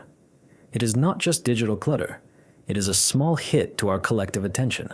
In cognitive science, this touches upon the concept of attention economics, the idea that our attention is a limited resource. Every message we send pulls at someone's mental bandwidth. And in group settings, unnecessary replies can scale that cost. It is like speaking through a megaphone in a quiet room. It commands attention even when none is needed. This is where emotional intelligence meets digital etiquette. The reply all button should be treated like walking into a meeting and making an announcement. If it is valuable to everyone, then share it. If it is only useful to one or two people, then send it to them directly. The rule is not about maintaining silence. It is about being considerate. Do your words serve the group, or do they just keep the thread alive? Thoughtful communication respects people's time, their inboxes, and their focus. In a world that runs on fast messaging and constant alerts, restraint is a quiet form of courtesy. Every time you choose not to hit reply all, you're giving everyone else the gift of one less distraction. And that, in today's world, is its own kind of respect. I don't punish someone for being fragile. When someone cries easily, gets overwhelmed, or struggles to bounce back right away, it can be tempting to label them as overreacting or to treat them like a problem. But that reaction can do more harm than good. The idea of not punishing someone for being fragile is grounded in the need for emotional safety. Fragility, in this context, does not mean weakness. It means a heightened sensitivity to stress, emotional pain, or change. For some people, emotional intensity is a part of how they process the world. And when they are met with judgment or frustration instead of patience, it can add a second layer of distress, shame. Psychologically, this is tied to what is called emotional invalidation. That is when someone's feelings are dismissed, minimized, or punished. It can sound like, "You're being too sensitive," or "It's not that big of a deal." The message that is received is that their emotional responses are wrong or inconvenient, which can lead to anxiety, self-doubt, and an emotional shutdown. Let's say a coworker breaks down after getting some unexpected feedback. To respond with sarcasm or impatience may seem efficient, but it teaches them one thing: don't show your emotions here. Over time, this can create a work environment where people bottle things up, they avoid asking for help, or they completely disengage. The alternative is not to walk on eggshells. It is to respond with a sense of basic support. A calm voice, a few minutes of listening, or even just not piling on can be enough.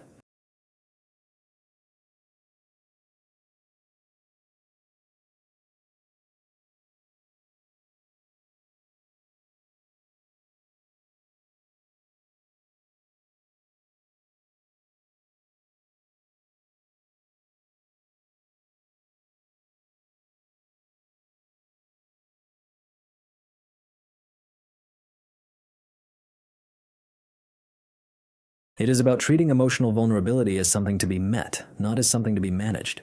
Fragility is not a permanent state. People can recover better when they are allowed to feel safe while they are struggling. And the way that others respond during those moments can play a big role in how quickly they regain their strength. Compassion does not mean you have to lower your expectations. It just means not adding pressure where support is needed most. I model vulnerability so that others can risk growth. In any group, whether it is a workplace, a classroom, or a circle of friends, people will often hold back. They will wait to see what is safe, what is accepted, and what is too risky to say. That is where the idea of modeling vulnerability so that others can risk their own growth becomes so powerful. In psychology, this is connected to the concept of social modeling, the process of learning through observation. People take their cues from those who are around them, especially from those who are in leadership roles. If the environment feels closed off or overly polished, most people will play it safe. But when someone openly shares a mistake, admits to their own uncertainty, or speaks about something personal, it sends a different signal. It's okay to be real here. Vulnerability is often misunderstood as a sign of weakness. In reality, it is about emotional openness, being honest about our fears, our failures, or our limitations without collapsing under them.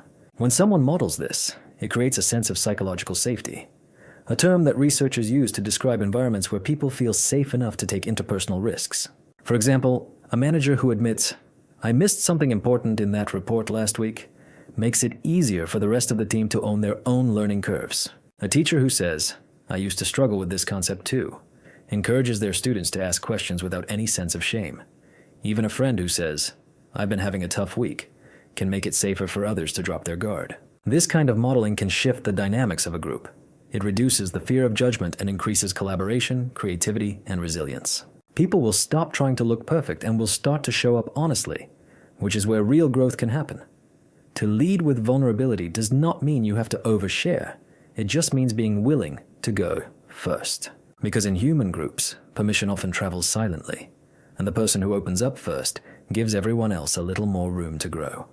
I don't be the first one to laugh at my own joke. Sometimes what you say is genuinely funny, but when you rush to laugh at it before anyone else does, something shifts. It is no longer about the moment. It becomes about your own need for reassurance. The idea of not being the first one to laugh at your own joke is not really a rule about humor. It is about timing, trust, and the subtle psychology of connection. When someone tells a joke and immediately bursts into laughter, it can come across less like confidence and more like nervousness.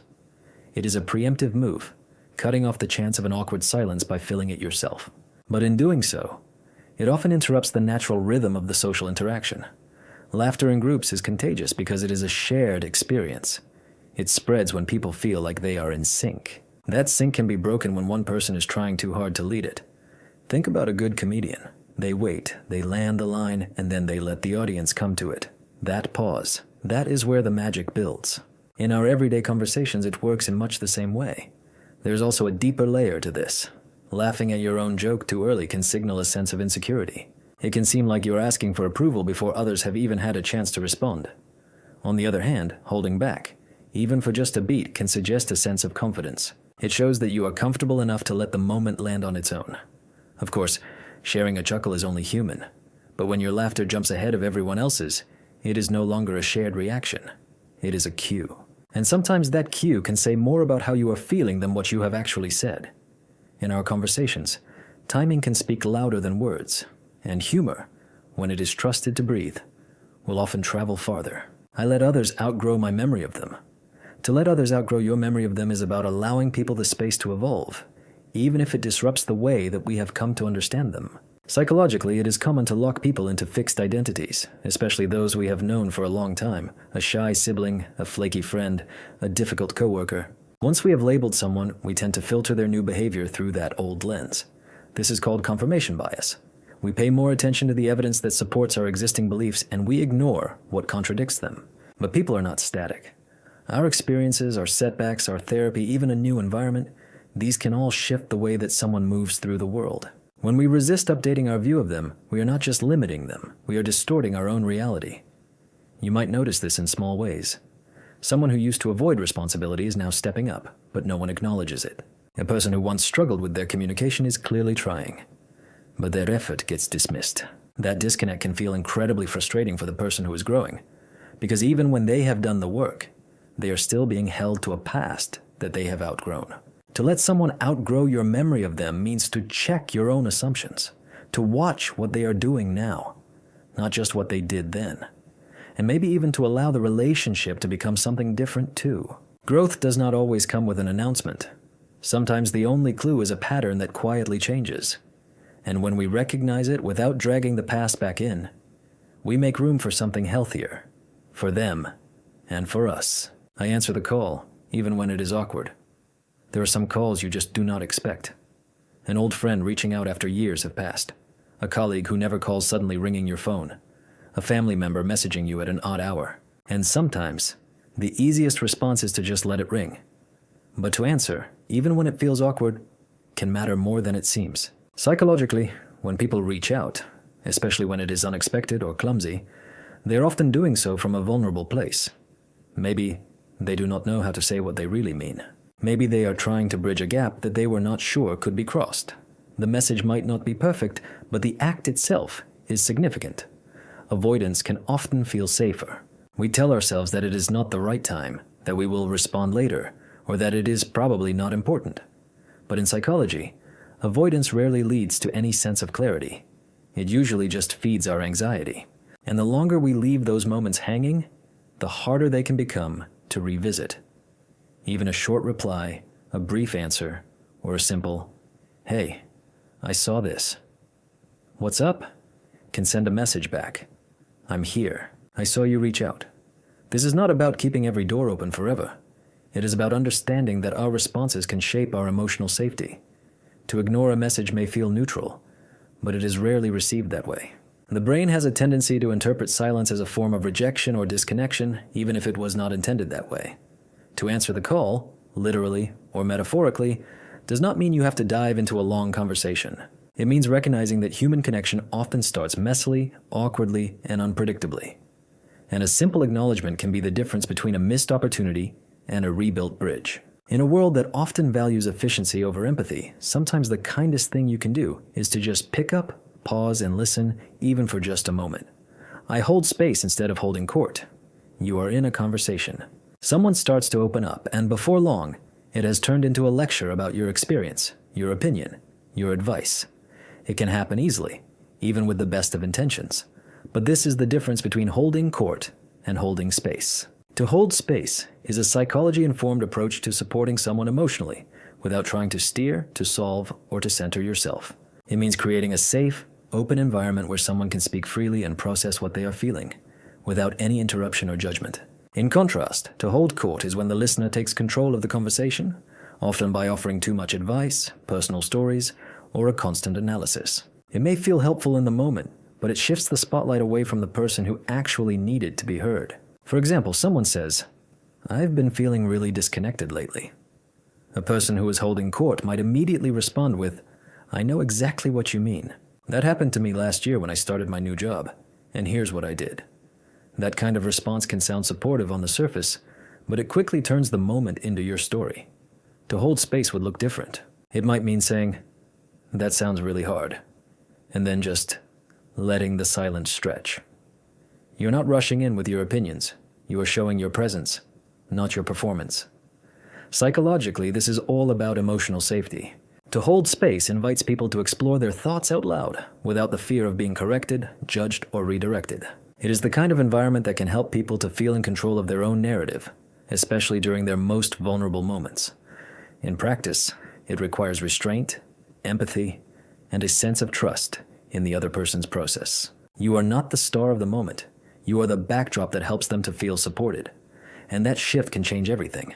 I replace "let me know" with a specific offer. When someone is going through a difficult time, it is natural to want to offer help. So we say, "Let me know if you need anything." It sounds thoughtful, but it rarely leads to any action. That is because in moments of stress, vague offers can feel more like a source of pressure than a source of support. The psychology behind this comes down to cognitive load, the mental effort that is required to process information, make plans, and come to decisions. When people are feeling overwhelmed, even simple tasks like trying to figure out what kind of help to ask for can feel exhausting. So, when you say, "Let me know," your intention is kind, but the burden of figuring out how to respond shifts back onto them. To replace that phrase with a specific offer significantly lowers the barrier to entry. It transforms support from something abstract into something they can actually use. For example, instead of saying, "Let me know if you need any help," you could say, "I can bring over some dinner on Tuesday night. Would that be helpful?" Or, "I'm free on Friday. Do you want me to take the kids for a few hours?" These kinds of offers work better because they require less decision-making on their part. The person does not have to scan through a list of options or feel awkward about making a request. All they need to do is accept or decline. Either way, it gives them back some of their energy. This idea also taps into what is known as proactive empathy, a type of support where you anticipate someone's needs instead of waiting for them to ask. It shows that you are not just available, you are paying attention. Offering something concrete is one of the simplest ways to make kindness more effective. It turns well-meaning words into something genuinely useful. And when someone is already doing their best just to stay afloat, removing even one decision from their plate can feel like a real and tangible relief. I ask if they want advice or just space. Someone begins to open up to you about a difficult day, and before they have even finished their sentence, you are already suggesting solutions.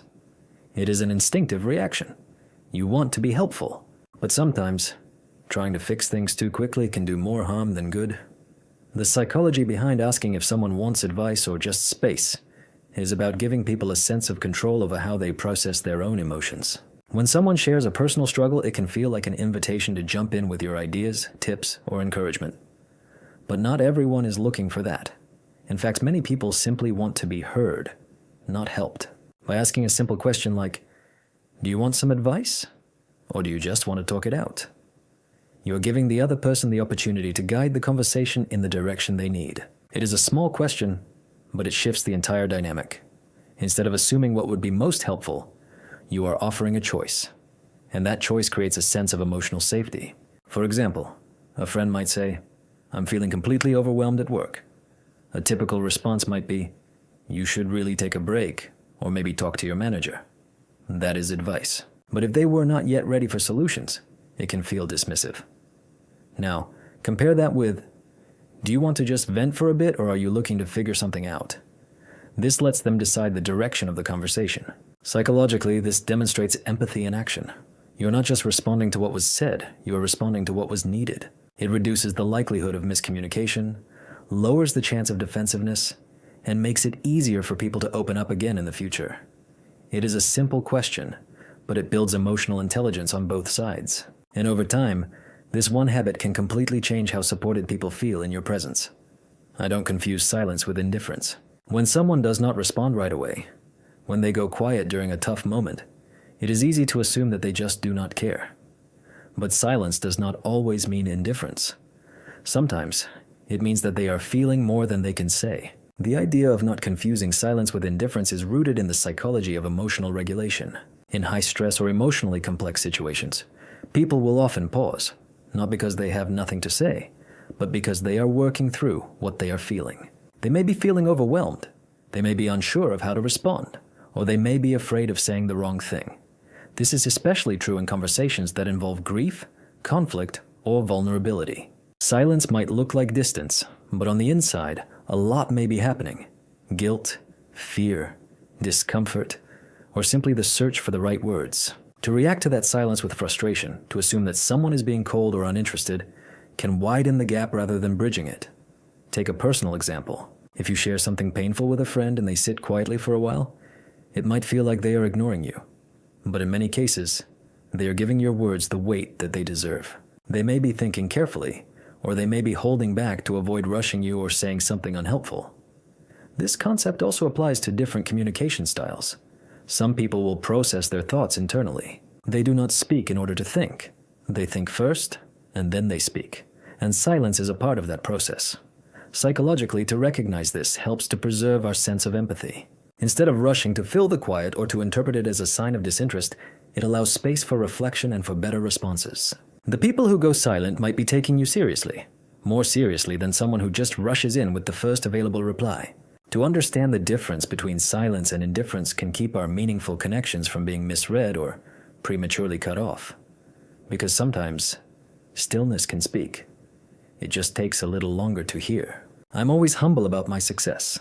Success can make people listen to you, but humility is what makes them respect you. To be consistently humble about your success is not about pretending that you did not work hard or about minimizing what you have achieved. It is about how you carry that achievement in a room, in a conversation, or in someone else's story. Psychology points to a subtle but powerful truth. People are more receptive to those who can succeed without needing to constantly remind others of it. There is a concept that is called status signaling, which describes the ways that people will show their place in a social hierarchy through their clothes, their speech, or their behavior. But studies have shown that people tend to trust and to connect more deeply with those who do not constantly signal their status. In fact, those who will highlight their own flaws or their failures alongside their strengths will often come across as more authentic. Humility also leaves space for others. When someone shares the credit, admits what they do not know, or stays curious despite being accomplished, it can shift the dynamic from one of competition to one of collaboration. That alone can build a sense of psychological safety, the kind of environment where people feel free to speak up, to take risks, and to grow. Think about how success stories are told.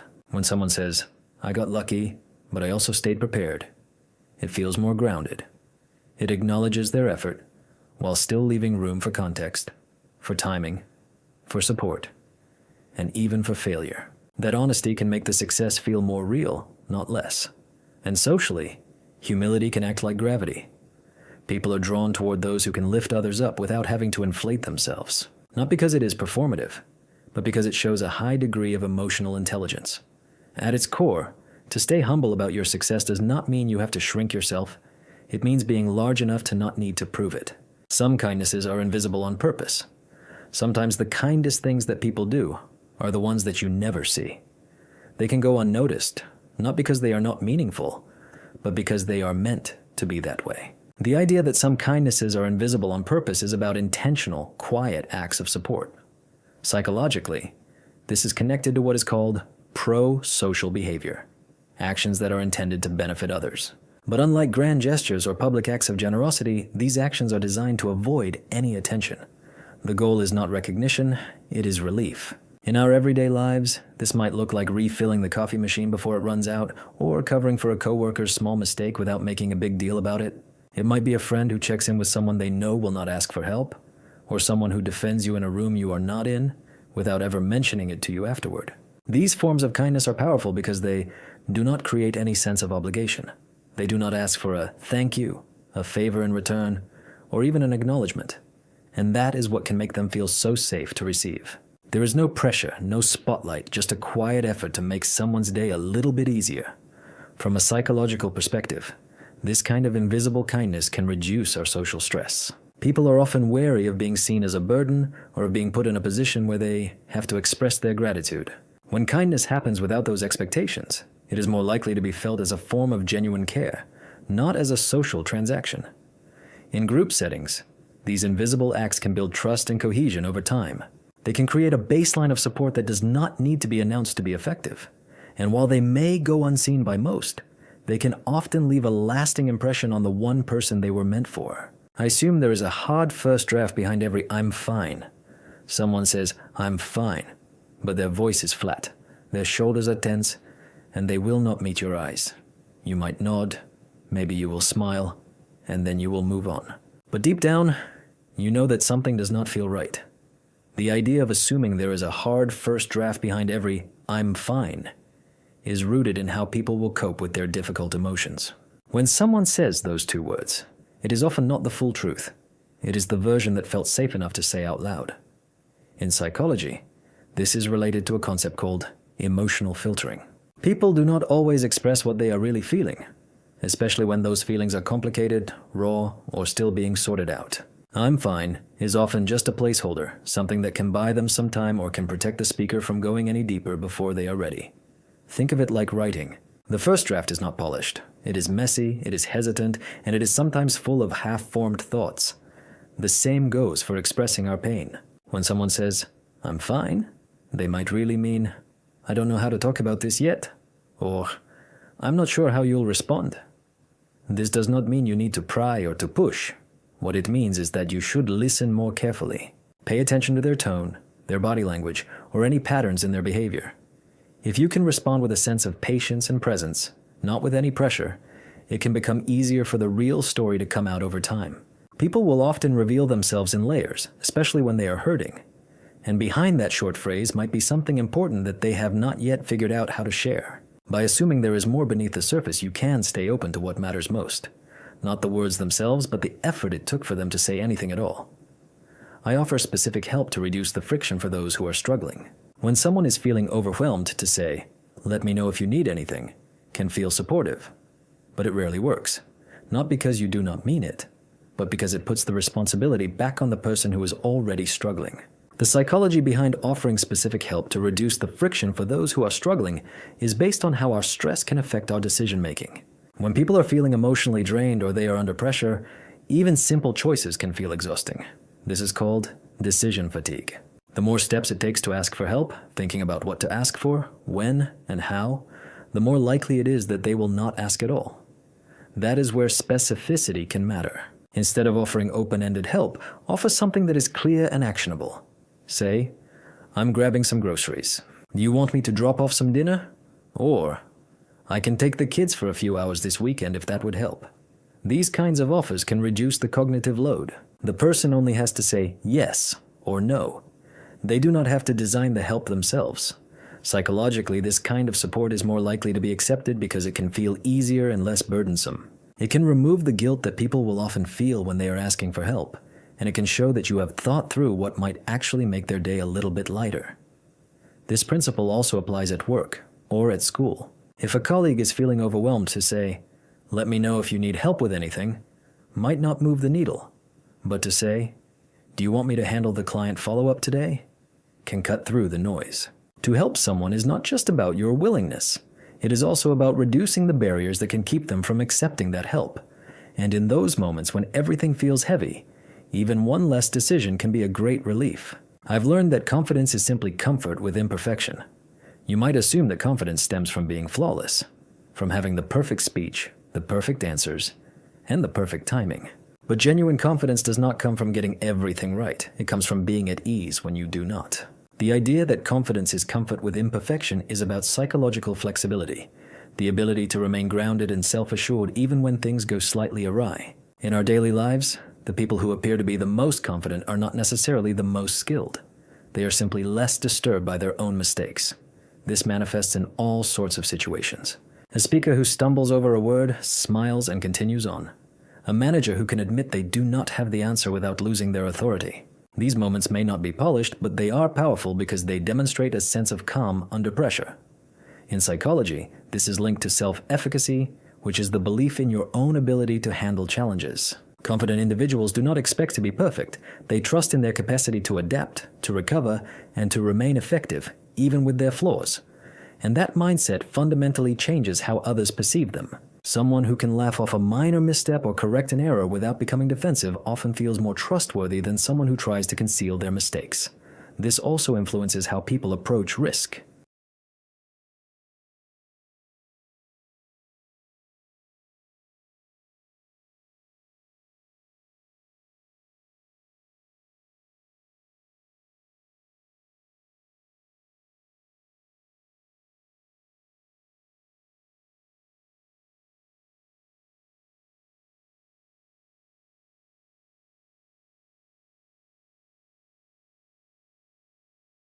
When you are not afraid of being imperfect, you are more willing to try new things, to speak up, and to continue learning. Because failure no longer feels like a threat to your self-worth. It is simply a part of the process. Culturally, confidence is often confused with being loud or overly certain. But in practice, it is usually a quiet quality. It looks like being relaxed while you're learning, open when you are unsure, and calm when you are facing criticism. It is not about being invulnerable. It is about being real and still moving forward. And that kind of confidence tends to be more enduring because it does not depend on perfect conditions. It builds its strength through the cracks. I turn envy into curiosity. How did they do that? You see someone land your dream job, publish their book, or take a trip that you have always wanted to take. And without meaning to, envy can creep in. It is a normal human emotion. But psychology offers a better use for that feeling. Turn your envy into curiosity. How do they do that? Envy is a social emotion. It can show up when we compare ourselves to others and we feel like we are falling short. Left unchecked, it can turn into resentment or self-doubt. But when it is reframed, envy can actually point to what we care about the most and can motivate us to grow. The key is to shift from a state of judgment to a state of informational thinking. Instead of saying, "They don't deserve that," or "I'll never get there," ask, "What steps did they take?" This can open up a learning mindset, which psychology calls active comparison. It can reduce your emotional reactivity and can focus your attention on your strategy, not on your status. For example, if a colleague gets a promotion, envy might trigger a sense of frustration. But curiosity will ask, did they take on any extra projects? Did they build stronger relationships with the leadership? These questions can turn your jealousy into an insight, something that you can actually act on. This can work in creative fields too. Instead of feeling threatened by someone else's success, curiosity can invite you to do an analysis. What's working about their approach? What could I try differently? That curiosity can make it easier to stay engaged and motivated instead of feeling discouraged or competitive. Psychologically, this shift can build a sense of self-directed learning and a growth mindset. It can remind you that success is often a process, not a mystery. And the people who seem to be far ahead of you, they usually started where you are, by asking better questions, one step at a time. Envy might get your attention, but curiosity is what can turn it into progress. Some things want a witness, not a repair. You hear someone vent about a breakup, a loss, or just a terrible week, and your first instinct is to try to fix it, to offer advice, to suggest solutions, to try to make it better. But sometimes, that instinct can miss the mark. The idea that some things want a witness, not a repair, is about understanding what emotional support really looks like. In many situations, people are not asking for answers. They are asking for your presence, for just someone to sit with them in what they are feeling without trying to change it. When someone shares something that is painful, It is often not because they think you have the solution. It is because they trust you enough to hold the weight of it with them. To try to fix it too quickly can feel like you are sweeping their emotions aside, even when you mean well. For example, a friend says, "I still think about my dad every day, and it just hits me out of nowhere." A fix-it response might be, "You should try journaling, or maybe talking to someone." But a witnessing response would sound more like, "That sounds really hard. I'm here." You're not adding any advice. You are just offering your steady presence. Psychologically, this kind of support can activate something that is deeper than just problem solving. It can meet a need for validation by acknowledging that what someone is feeling is real and is worth being felt. That kind of emotional attunement can help people to process their own experience on their own terms, without feeling rushed or minimized. Some experiences do not need a plan or a pep talk. They just need someone to stay present while the storm passes. And that presence, quiet, steady, and unforced, is often what can help people to heal more than any quick fix ever could. I remember birthdays, even quietly. In the middle of a busy week, a text might pop up. "Happy birthday. I hope you're doing okay." It is short, it is casual, and it might even be a day late, but it can stick with you because it means that someone remembered. The psychology behind remembering birthdays, even quietly, is about our need for personal significance. For many people, birthdays can carry a lot of emotional weight. Whether it is tied to a celebration, a time for reflection, or just the simple hope of being acknowledged, it is not about the size of the gesture. It is about being seen. In psychological terms, this is connected to our need for belonging and for recognition. We all want to feel like we matter in someone else's mind, even if it is only for a moment. To remember a birthday can signal that you are paying attention, even to the small, non-essential details. That signal can become especially meaningful when it comes during a low period, or when someone is not broadcasting their birthday out loud. This does not require a grand gesture. A short message, a quick call, or even just mentioning it in passing can carry a surprising amount of emotional weight. Especially for people who can feel overlooked, these small signs of memory and care can have an outsized impact.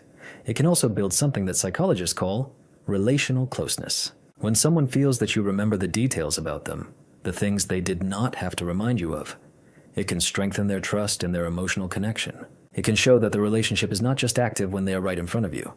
And while birthdays are just one day, to remember them, quietly or otherwise, can say something that is lasting. It is not just about marking a date. It is about signaling that someone's life is on your radar, even when they are not asking for your attention. That small mental bookmark can matter more than we think. Progress beats perfection every single time. You start a new habit, working out, writing, eating healthier, and after just one off day, you can feel like you have blown it. So you might pause, or you might quit, or you might just wait for the right time to start all over again. That is the trap of perfection, and psychology has shown that there is a much better path. Progress beats perfection every single time. This idea is grounded in the concept of behavioral momentum, the principle that small, consistent actions can build lasting habits more effectively than occasional, flawless ones. When people will aim for perfection, they can tend to delay their starting, they can avoid taking any risks, and they can get discouraged by the normal setbacks of life. But progress is different. It can allow space for imperfection while still moving you forward. In psychology, this is tied to our sense of self-efficacy, your belief in your own ability to handle challenges and to make changes. Every time you take a step, even a small one, you can reinforce the idea that you are capable, and that can build your motivation over time. Perfection, on the other hand, can often create rigid expectations that can collapse under the first sign of failure. Take a simple example. Someone who wants to read more. A perfection mindset might say, "I need to finish a book every single week." If you miss that target just once, it can feel like a failure. A progress mindset would say, "Reading for just 10 minutes today is better than none at all." That habit can stick because it is flexible, and that flexibility can build real change. This can apply to our learning, our health, our relationships, and even our creativity. Growth is not about flawless execution. It is about showing up again, even when it is messy. Psychologically, to celebrate your progress can help to reduce your anxiety, to boost your confidence, and to increase your resilience. It can turn your goals into systems, not into tests. And over time, the people who succeed the most are not the ones who did it perfectly. They are the ones who just kept showing up, one imperfect step at a time.